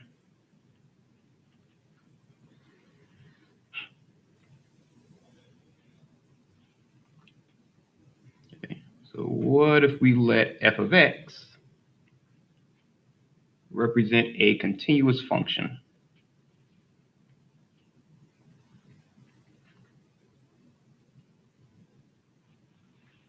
So a continuous,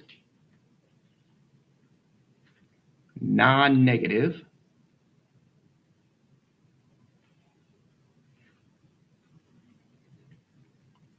function on some interval from x equals a to x equals b.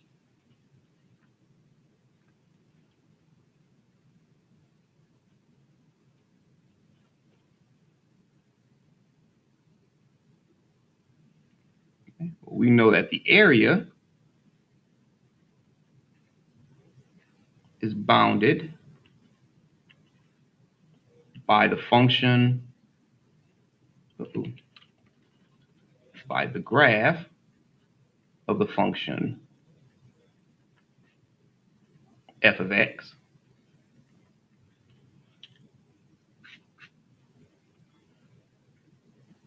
x equals a, x equals b, and the x-axis.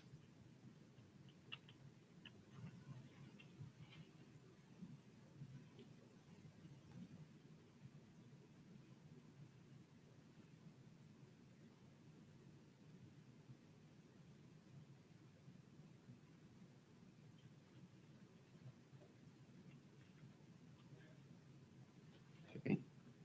So visually what that means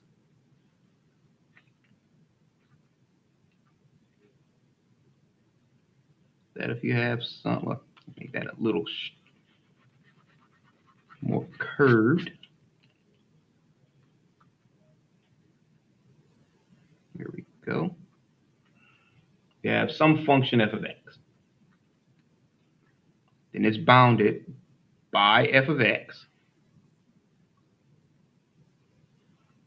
some value x equals a, some value x equals b, and the x-axis. So this is the region that we will try and find the area for. We'll call that region R. And sometimes they'll call the region R, sometimes they'll call the region Q. They'll do that just because they can. But most of the time you'll see R.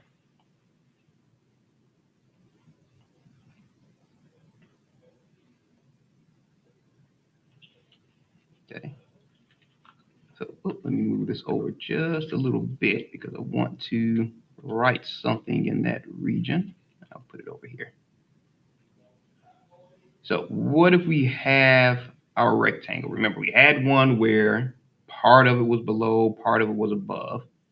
But let's say if we know that there's some value that we will call C sub I, because it'll vary for each rectangle. Let's say that this particular rectangle has the same amount below the function as it does above the function. Let's say that's between some points x sub I minus 1 and x sub I. Let me make this C sub I a little clearer.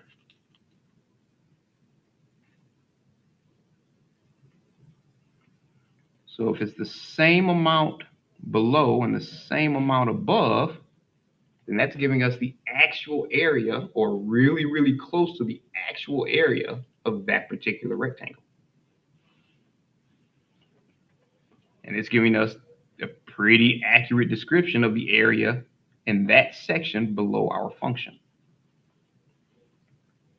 So our area will be approximately equal to the limit, and as the width of that gets smaller and smaller, we can get more rectangles in there.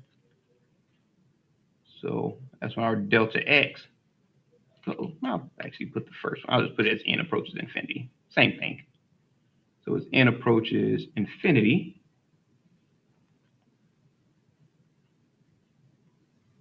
of our length for that rectangle at that spot, times your delta x, which is your width.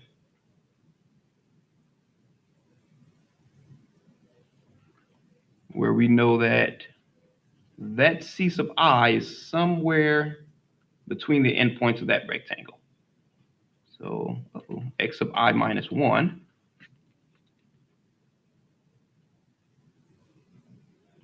is less than or equal to C sub I, which is less than or equal to x sub I. And we know that our delta x is equal to b minus a divided by n.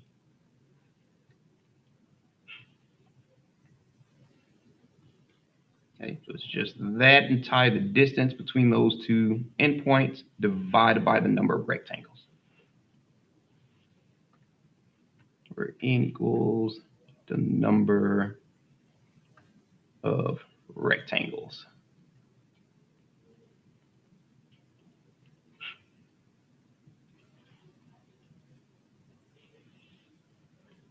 Okay, so that's our approximate area formula.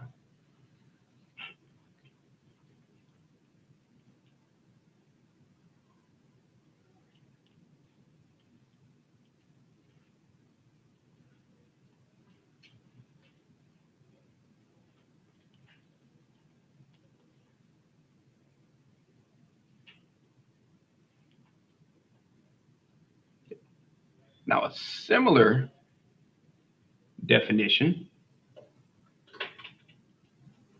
let's say if f of x is defined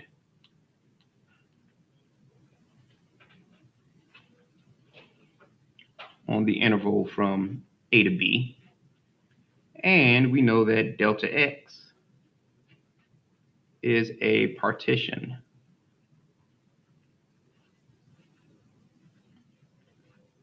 of that interval, from a to b, given by where your a is equal to x sub 0, and your x sub 0 is less than your x sub 1, which is less than your x sub 2, which is less than your x sub 3, and it keeps on going until you eventually reach your b. So you have your x of n minus 1, which is less than your x of n, which is your b.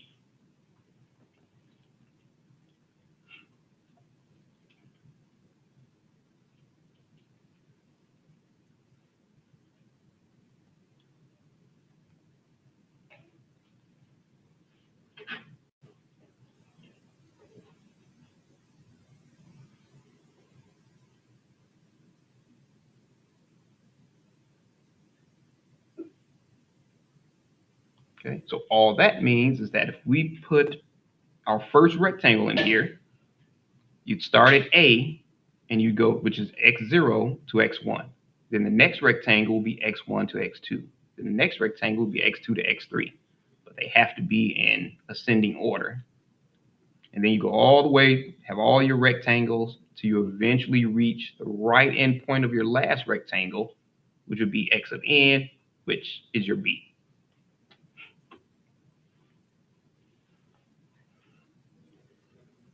Okay.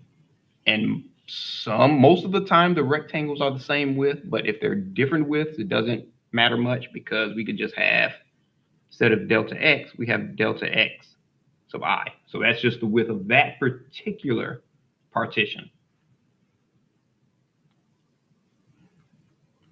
So that is the width of the if interval.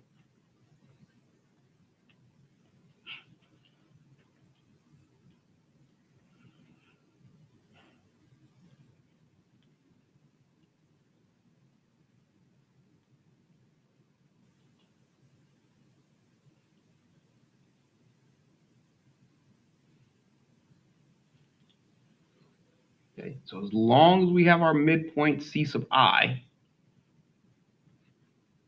so as long as c sub O, make that I a little smaller, our c sub I, c sub I, there we go, is between x sub I minus 1 and x sub I, their sum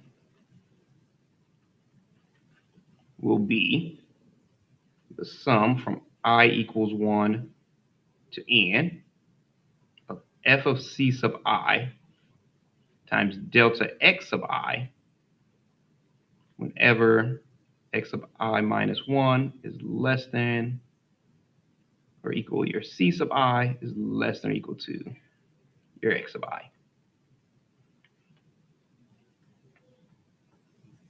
Now this is your Riemann sum.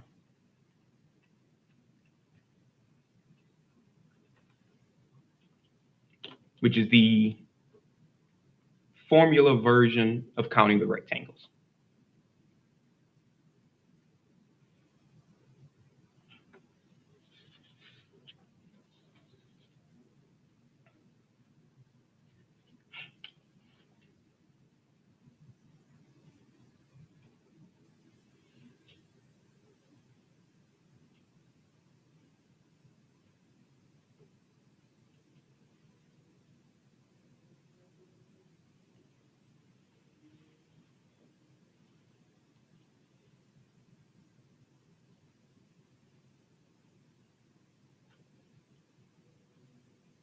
Okay. So I apologize for the explanation taking so long, but I've found that when you rush through this particular section a little too quickly, no one understands it. So it's better to just go through it step by step, and hopefully it makes a little more sense. All right. So now we can go ahead and go to a couple of examples.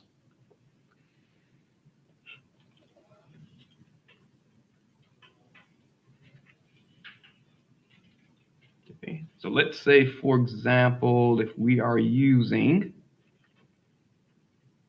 4 subintervals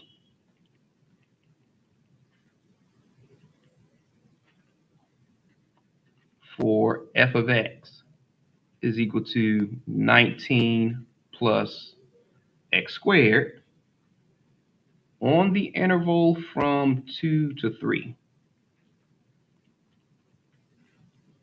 Find the upper sum.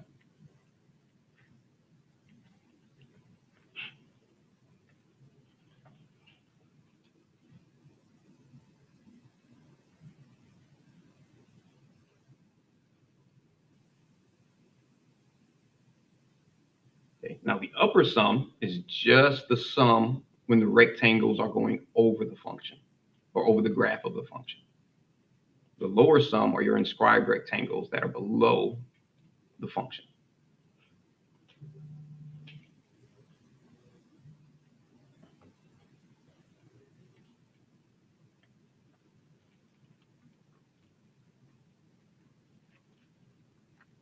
Okay, so here's a little hint. You see 4 subintervals. That just means that n is equal to 4.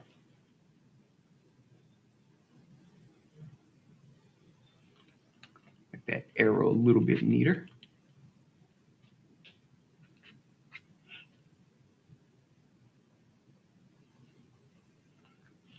And the interval from 2 to 3, well, that's your A, and that's your B.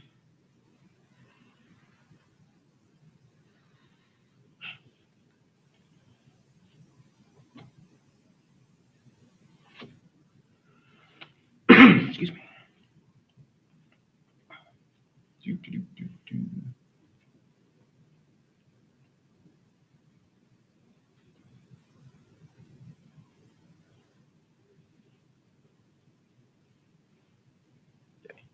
So for me, the first thing I always do is find my delta x. Only because that is the easiest one to find. Because remember, your delta x is just b minus a divided by n.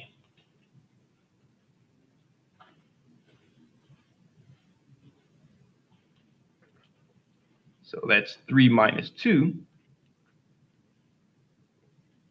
divided by 4, which is 1/4, or you can just make it 0.25 since it's easier to plug into your calculator.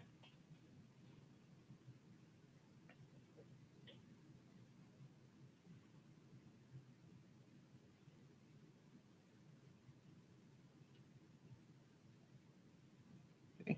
Now your 4 subintervals, all that means is that we're going to take the interval from 2 to 3, and we're going to create 4 smaller intervals in there. And they're all going to have a width of 0.25. So we're going to start at 2, add 0.25 to that. So we have 2.25.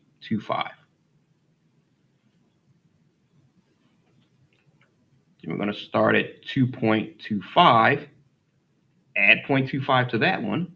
So we have 2.5. Then we're going to take 2.5, add 0.25 to that one. So we have 2.75.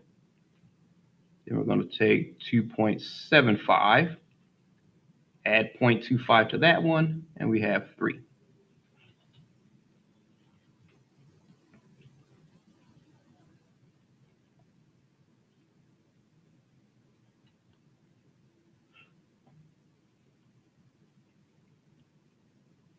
Okay, so each one of these represent the endpoints of your rectangle.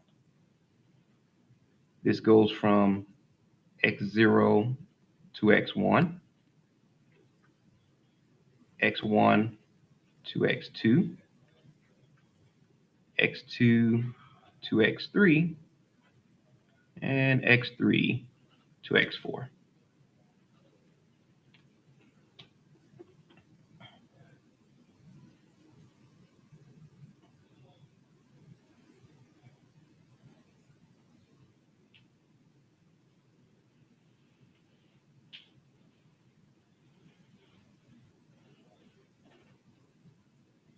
Okay.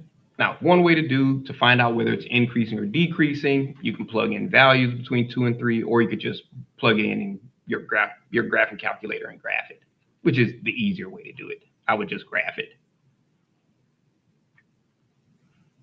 Okay, so just a little note here.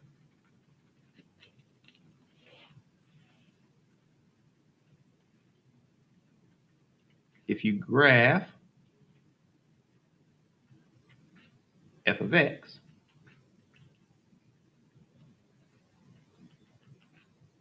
you will see it is increasing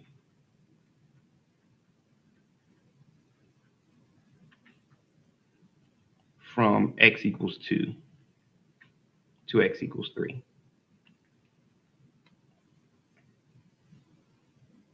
So the upper sum, because it's increasing and we want the upper sum, we know that let me go back to that page. Where is it? Here we go. Okay. So we know our rectangles are going to go over the function, which means we want the upper sum. It means our right endpoints are going to be touching the graph. Okay. I'll show you why that means something here. Okay, so we know that the upper sum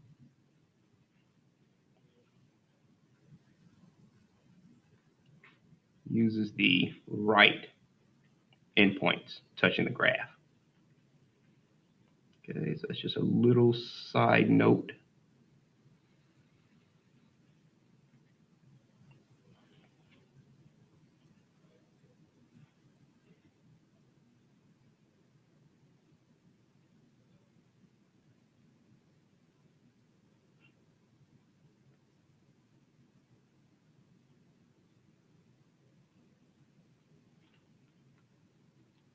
Okay, so to kind of help visualize it, we have an increasing function, and I'll just kind of draw that out.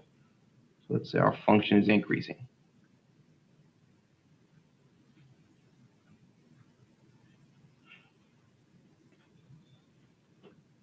And we're trying to find the upper sum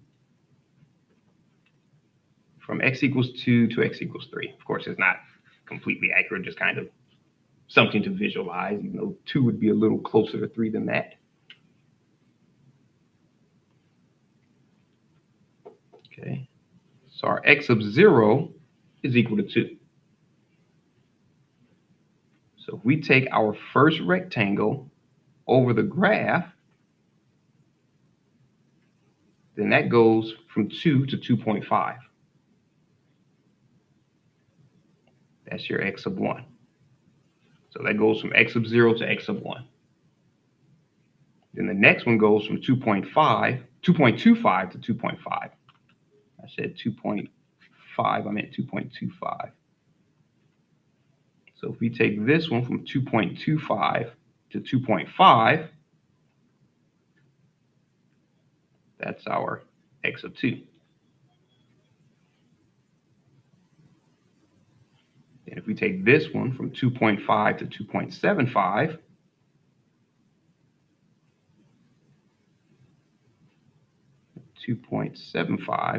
that's our x sub 3. And I may have made it a little too wide, so let me bring the 3 a little closer, just to avoid having that last rectangle ridiculously wide. If we go from here to 3, then that's our x sub 4, which is also our b. We went from A to B.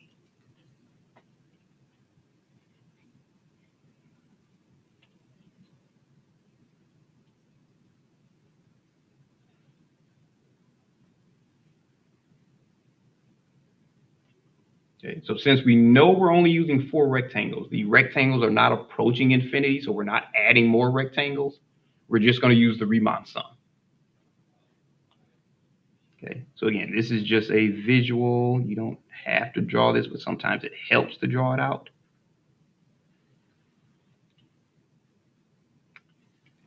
Okay, so pretty much everything in here is kind of just extra. But once you get your intervals here, this lets you know that since we're just counting the area of the rectangles that go over the graph, you know the sum from I equals 1 to n of f of x of I, delta x of I, but they're all the same width, so we could have just said delta x, or you could use c sub I, well, x of I, because we're not using the midpoint. Well, that's equal to the sum from I equals 1 to 4, because we're looking at just the endpoints here. Those are what's touching the graph. Now, if we were looking for the left endpoints touching the graph, we would have started at x sub 0. But because we're starting at the right endpoints touching the graph, we go from 1 to 4. 1, 2, 3, 4. The left endpoints, we would have gone from 0, 1, 2, and 3. And our f of x of I, well, that's just 19 plus x of I squared. Since our f of x is just 19 plus x squared, that's our f of x of I. Times your delta x of I, well, each one has a width of 0.25, so we're just going to leave it like that.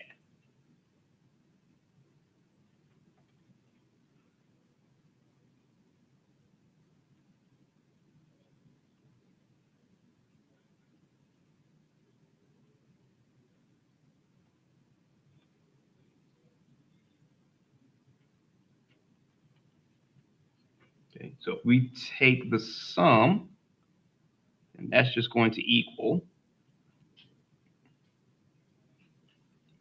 19 plus x sub 1 squared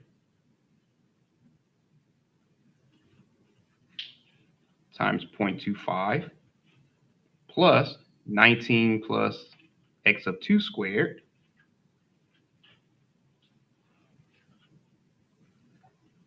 times 0.25 plus 19 plus x sub 3 squared times 0.25 plus 19 plus x sub 4 squared times 0.25. And close that up. So all we did was just like with the summation, plug in our 1, plug in our 2, plug in our 3, and we stopped. We plugged in our 4.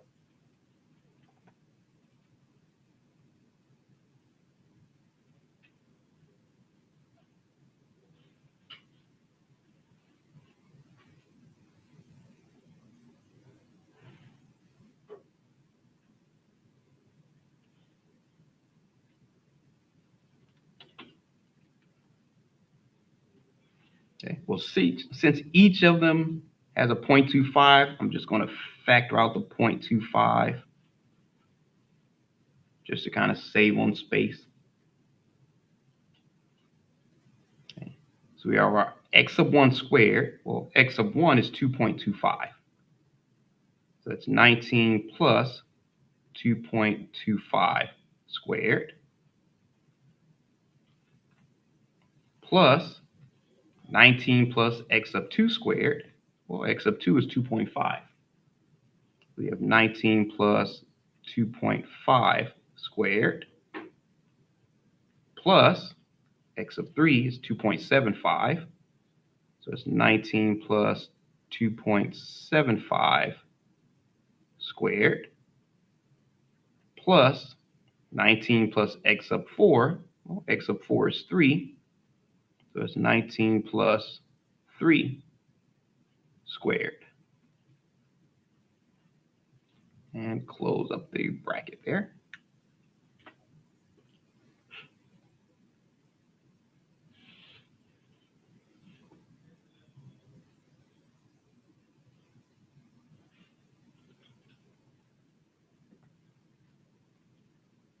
Okay, so that's equal to 0.25. You get 19 plus 2.25 squared, you'd get 24.0625. Plus 19 plus 2.5 squared is 25.25. Plus 19 plus 2.75 squared is 26.5625. Plus 19 plus 3 squared is just 19 plus 9, which is 28.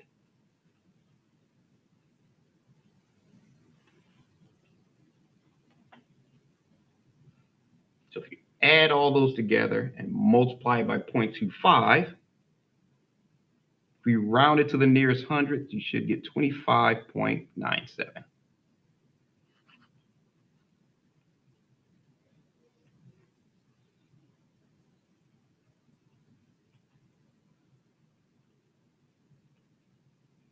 And they'll usually tell you round to the nearest hundredths, 3 decimal spaces, 2 decimal spaces. They'll usually tell you that.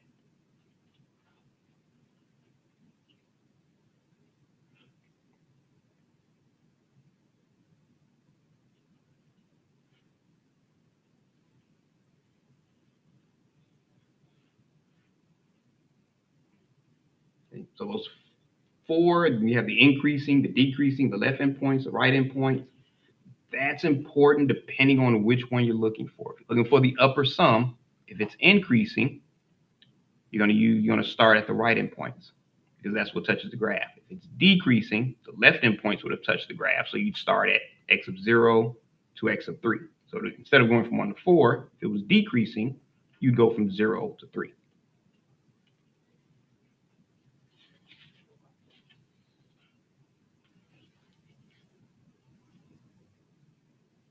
All right, so are there any questions on that one?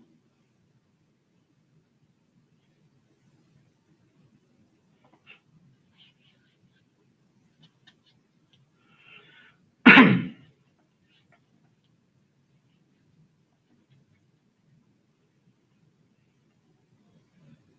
right, anyone still writing? Okay.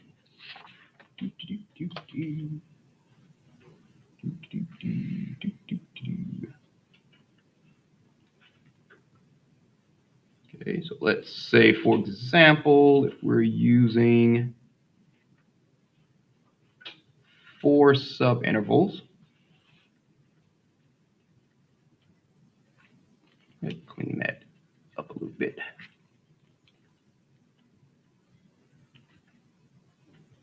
We want to find the lower sum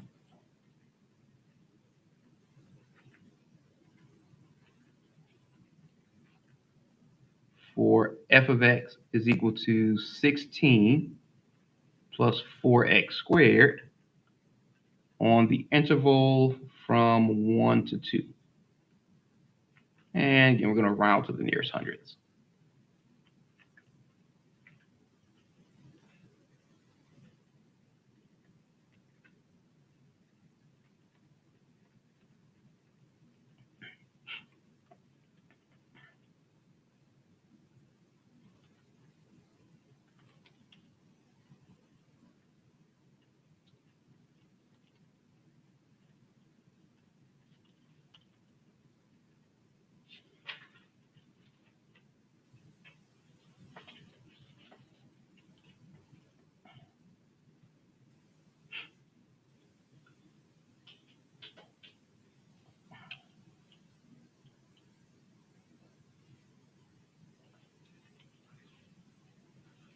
Okay, so again, we know that when you see 4 subintervals,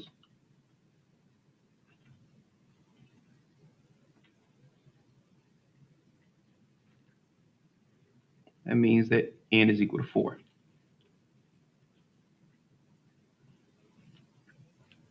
And for our interval from 1 to 2, we know that a is equal to 1 and b is equal to 2.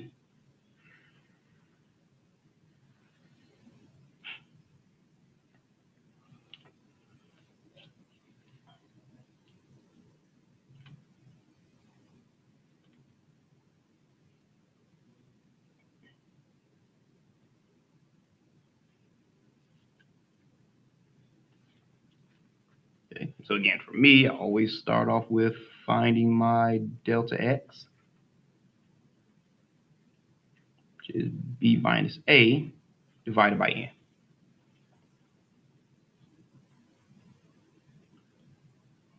And a lot of these questions will use 4 subintervals only because it gives a nice, neat little interval number.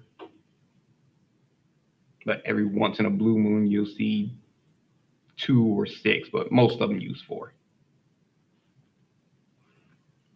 Okay, so that's 2 minus 1 divided by 4.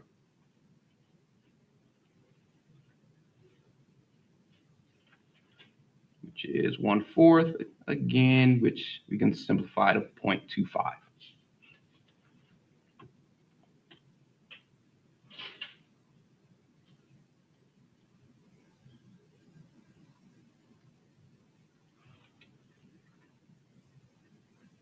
Okay, so we're going to take our interval from 1 to 2. We're going to start at 1, add 0.25 to that, so 1.25.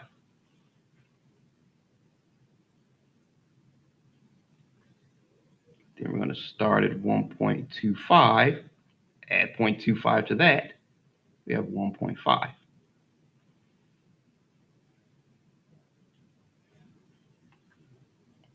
I'm going to start at 1.5, add 0.25 to that, 1.75. And then we're going to start at 1.75, add 0.25 to that, which is 2.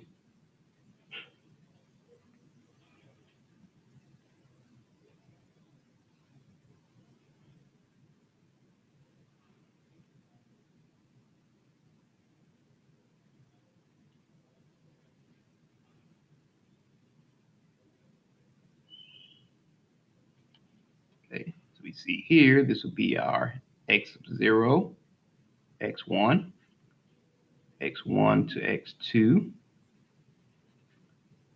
x2 to x3,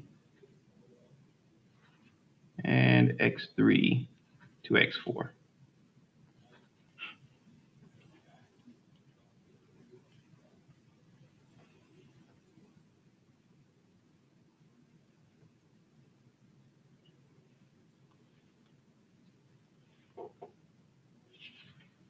Okay, so this one, kind of in this interval here, is just a little bit of a note here. So again, if you plug this into your calculator, or graphing calculator or Desmos, you'll see that it's increasing on the interval from 1 to 2.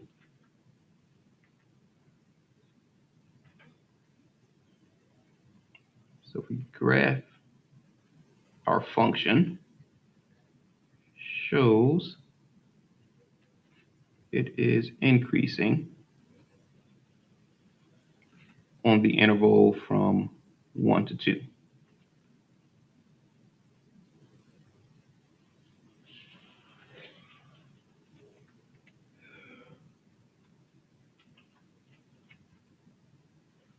Okay, so just to give yourself something to visualize, just draw an increasing graph.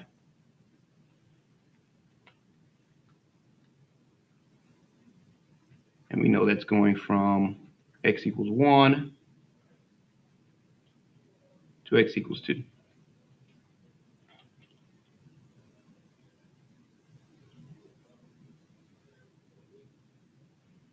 And again, we know that the lower sum means that the rectangles are below the function. So this starts right here at 1.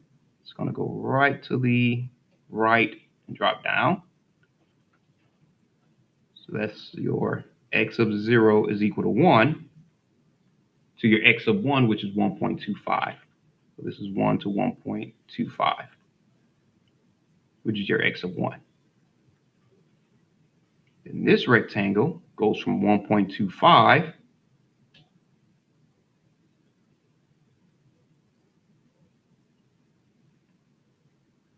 to 1.5,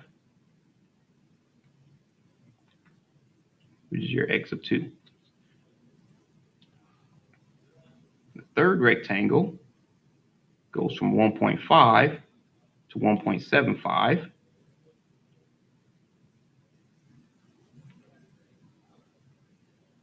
which is your x of 3.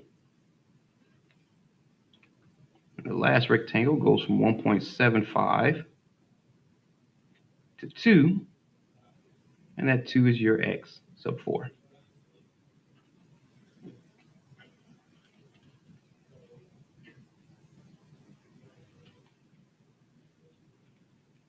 Okay, so since your left endpoints are touching the graph, we're going to start at your x of 0.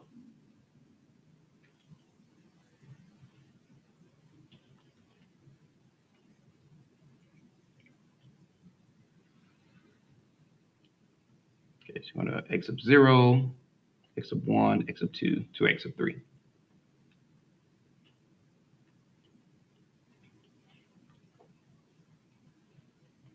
So we have the sum, and originally it's from I equals 1 to n of f of x of I delta x.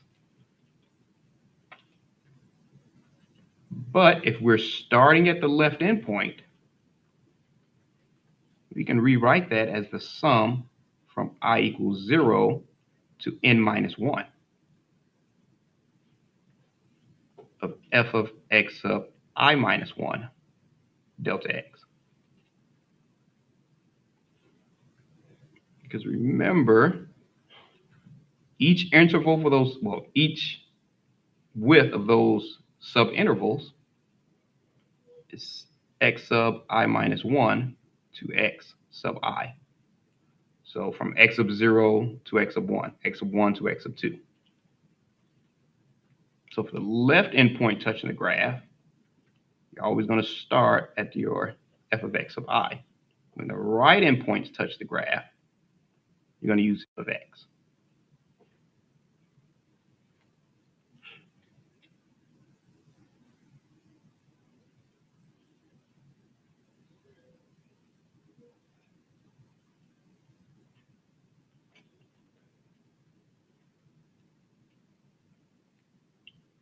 So that means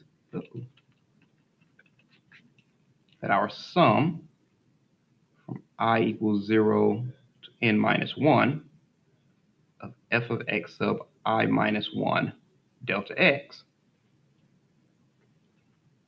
that's equal to the sum from I equals 0 to 3 of your f of x of I. Well, f of x is 16 plus 4x squared. So this will be 16 plus 4 times x of I squared. And your delta x, we know that's 0.25.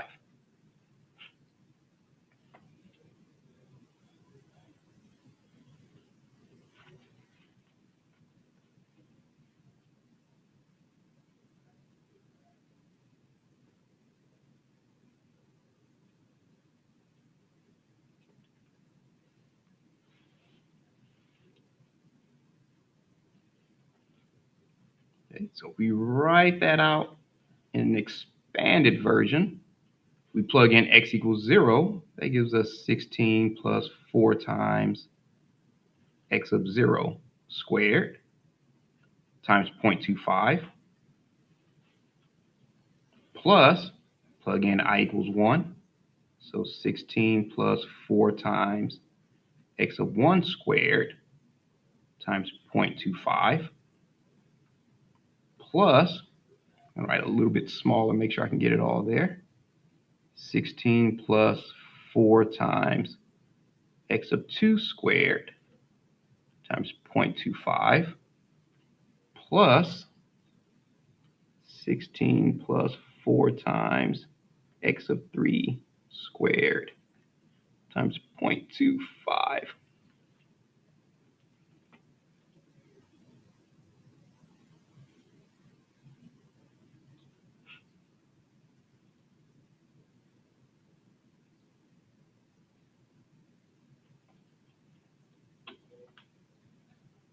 Okay, well, we know that our x of 0 is equal to 1.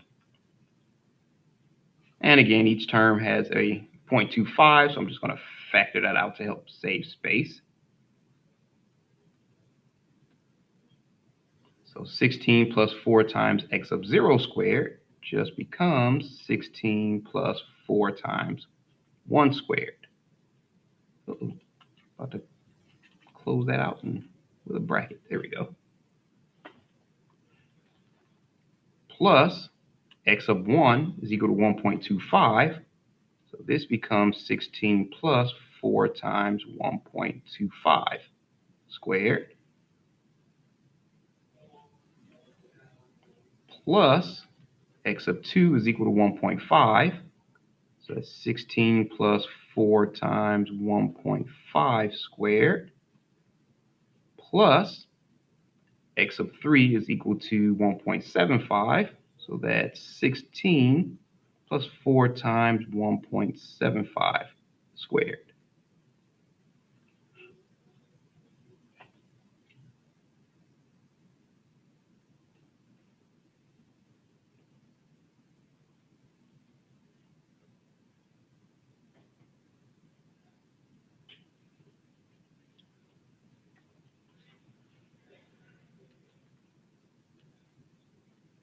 Okay, so if you plug each term into your calculator, you have 16 plus 4 times 1 squared is just 20. Plus 16 plus 4 times 1.25 squared is 22.25. Plus 16 plus 4 times 1.5 squared is 25. Plus 16 plus 4 times 1.75 squared is 28.25.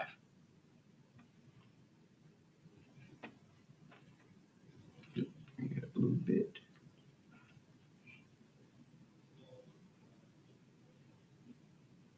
Okay, so we add all those together and multiply that sum by 0.25 and round it to the nearest hundredths, you should get approximately 23.88.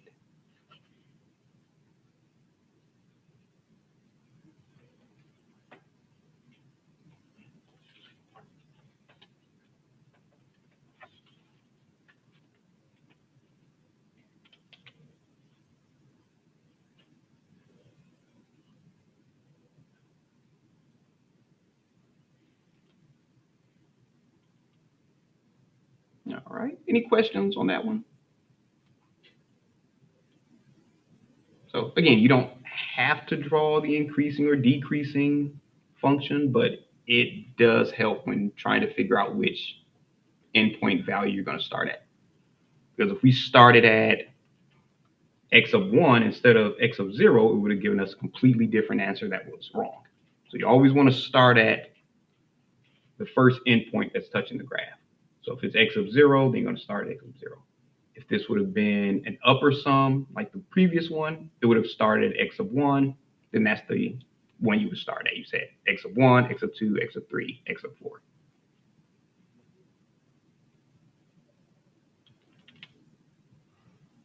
All right. So are there any questions on that one?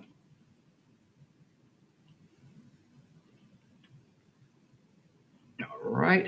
So we'll go ahead and stop there. And tomorrow we'll start on 5.2.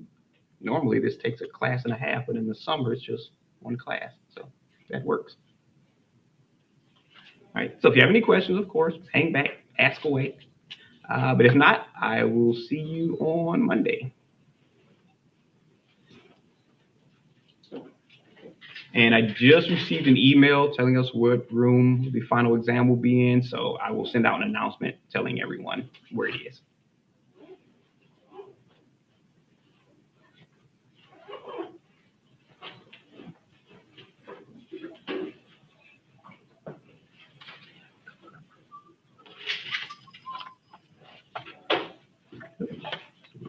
Start.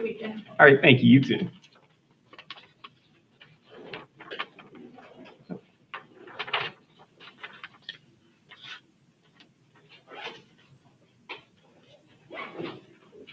Oh, she was about to write the wrong one down.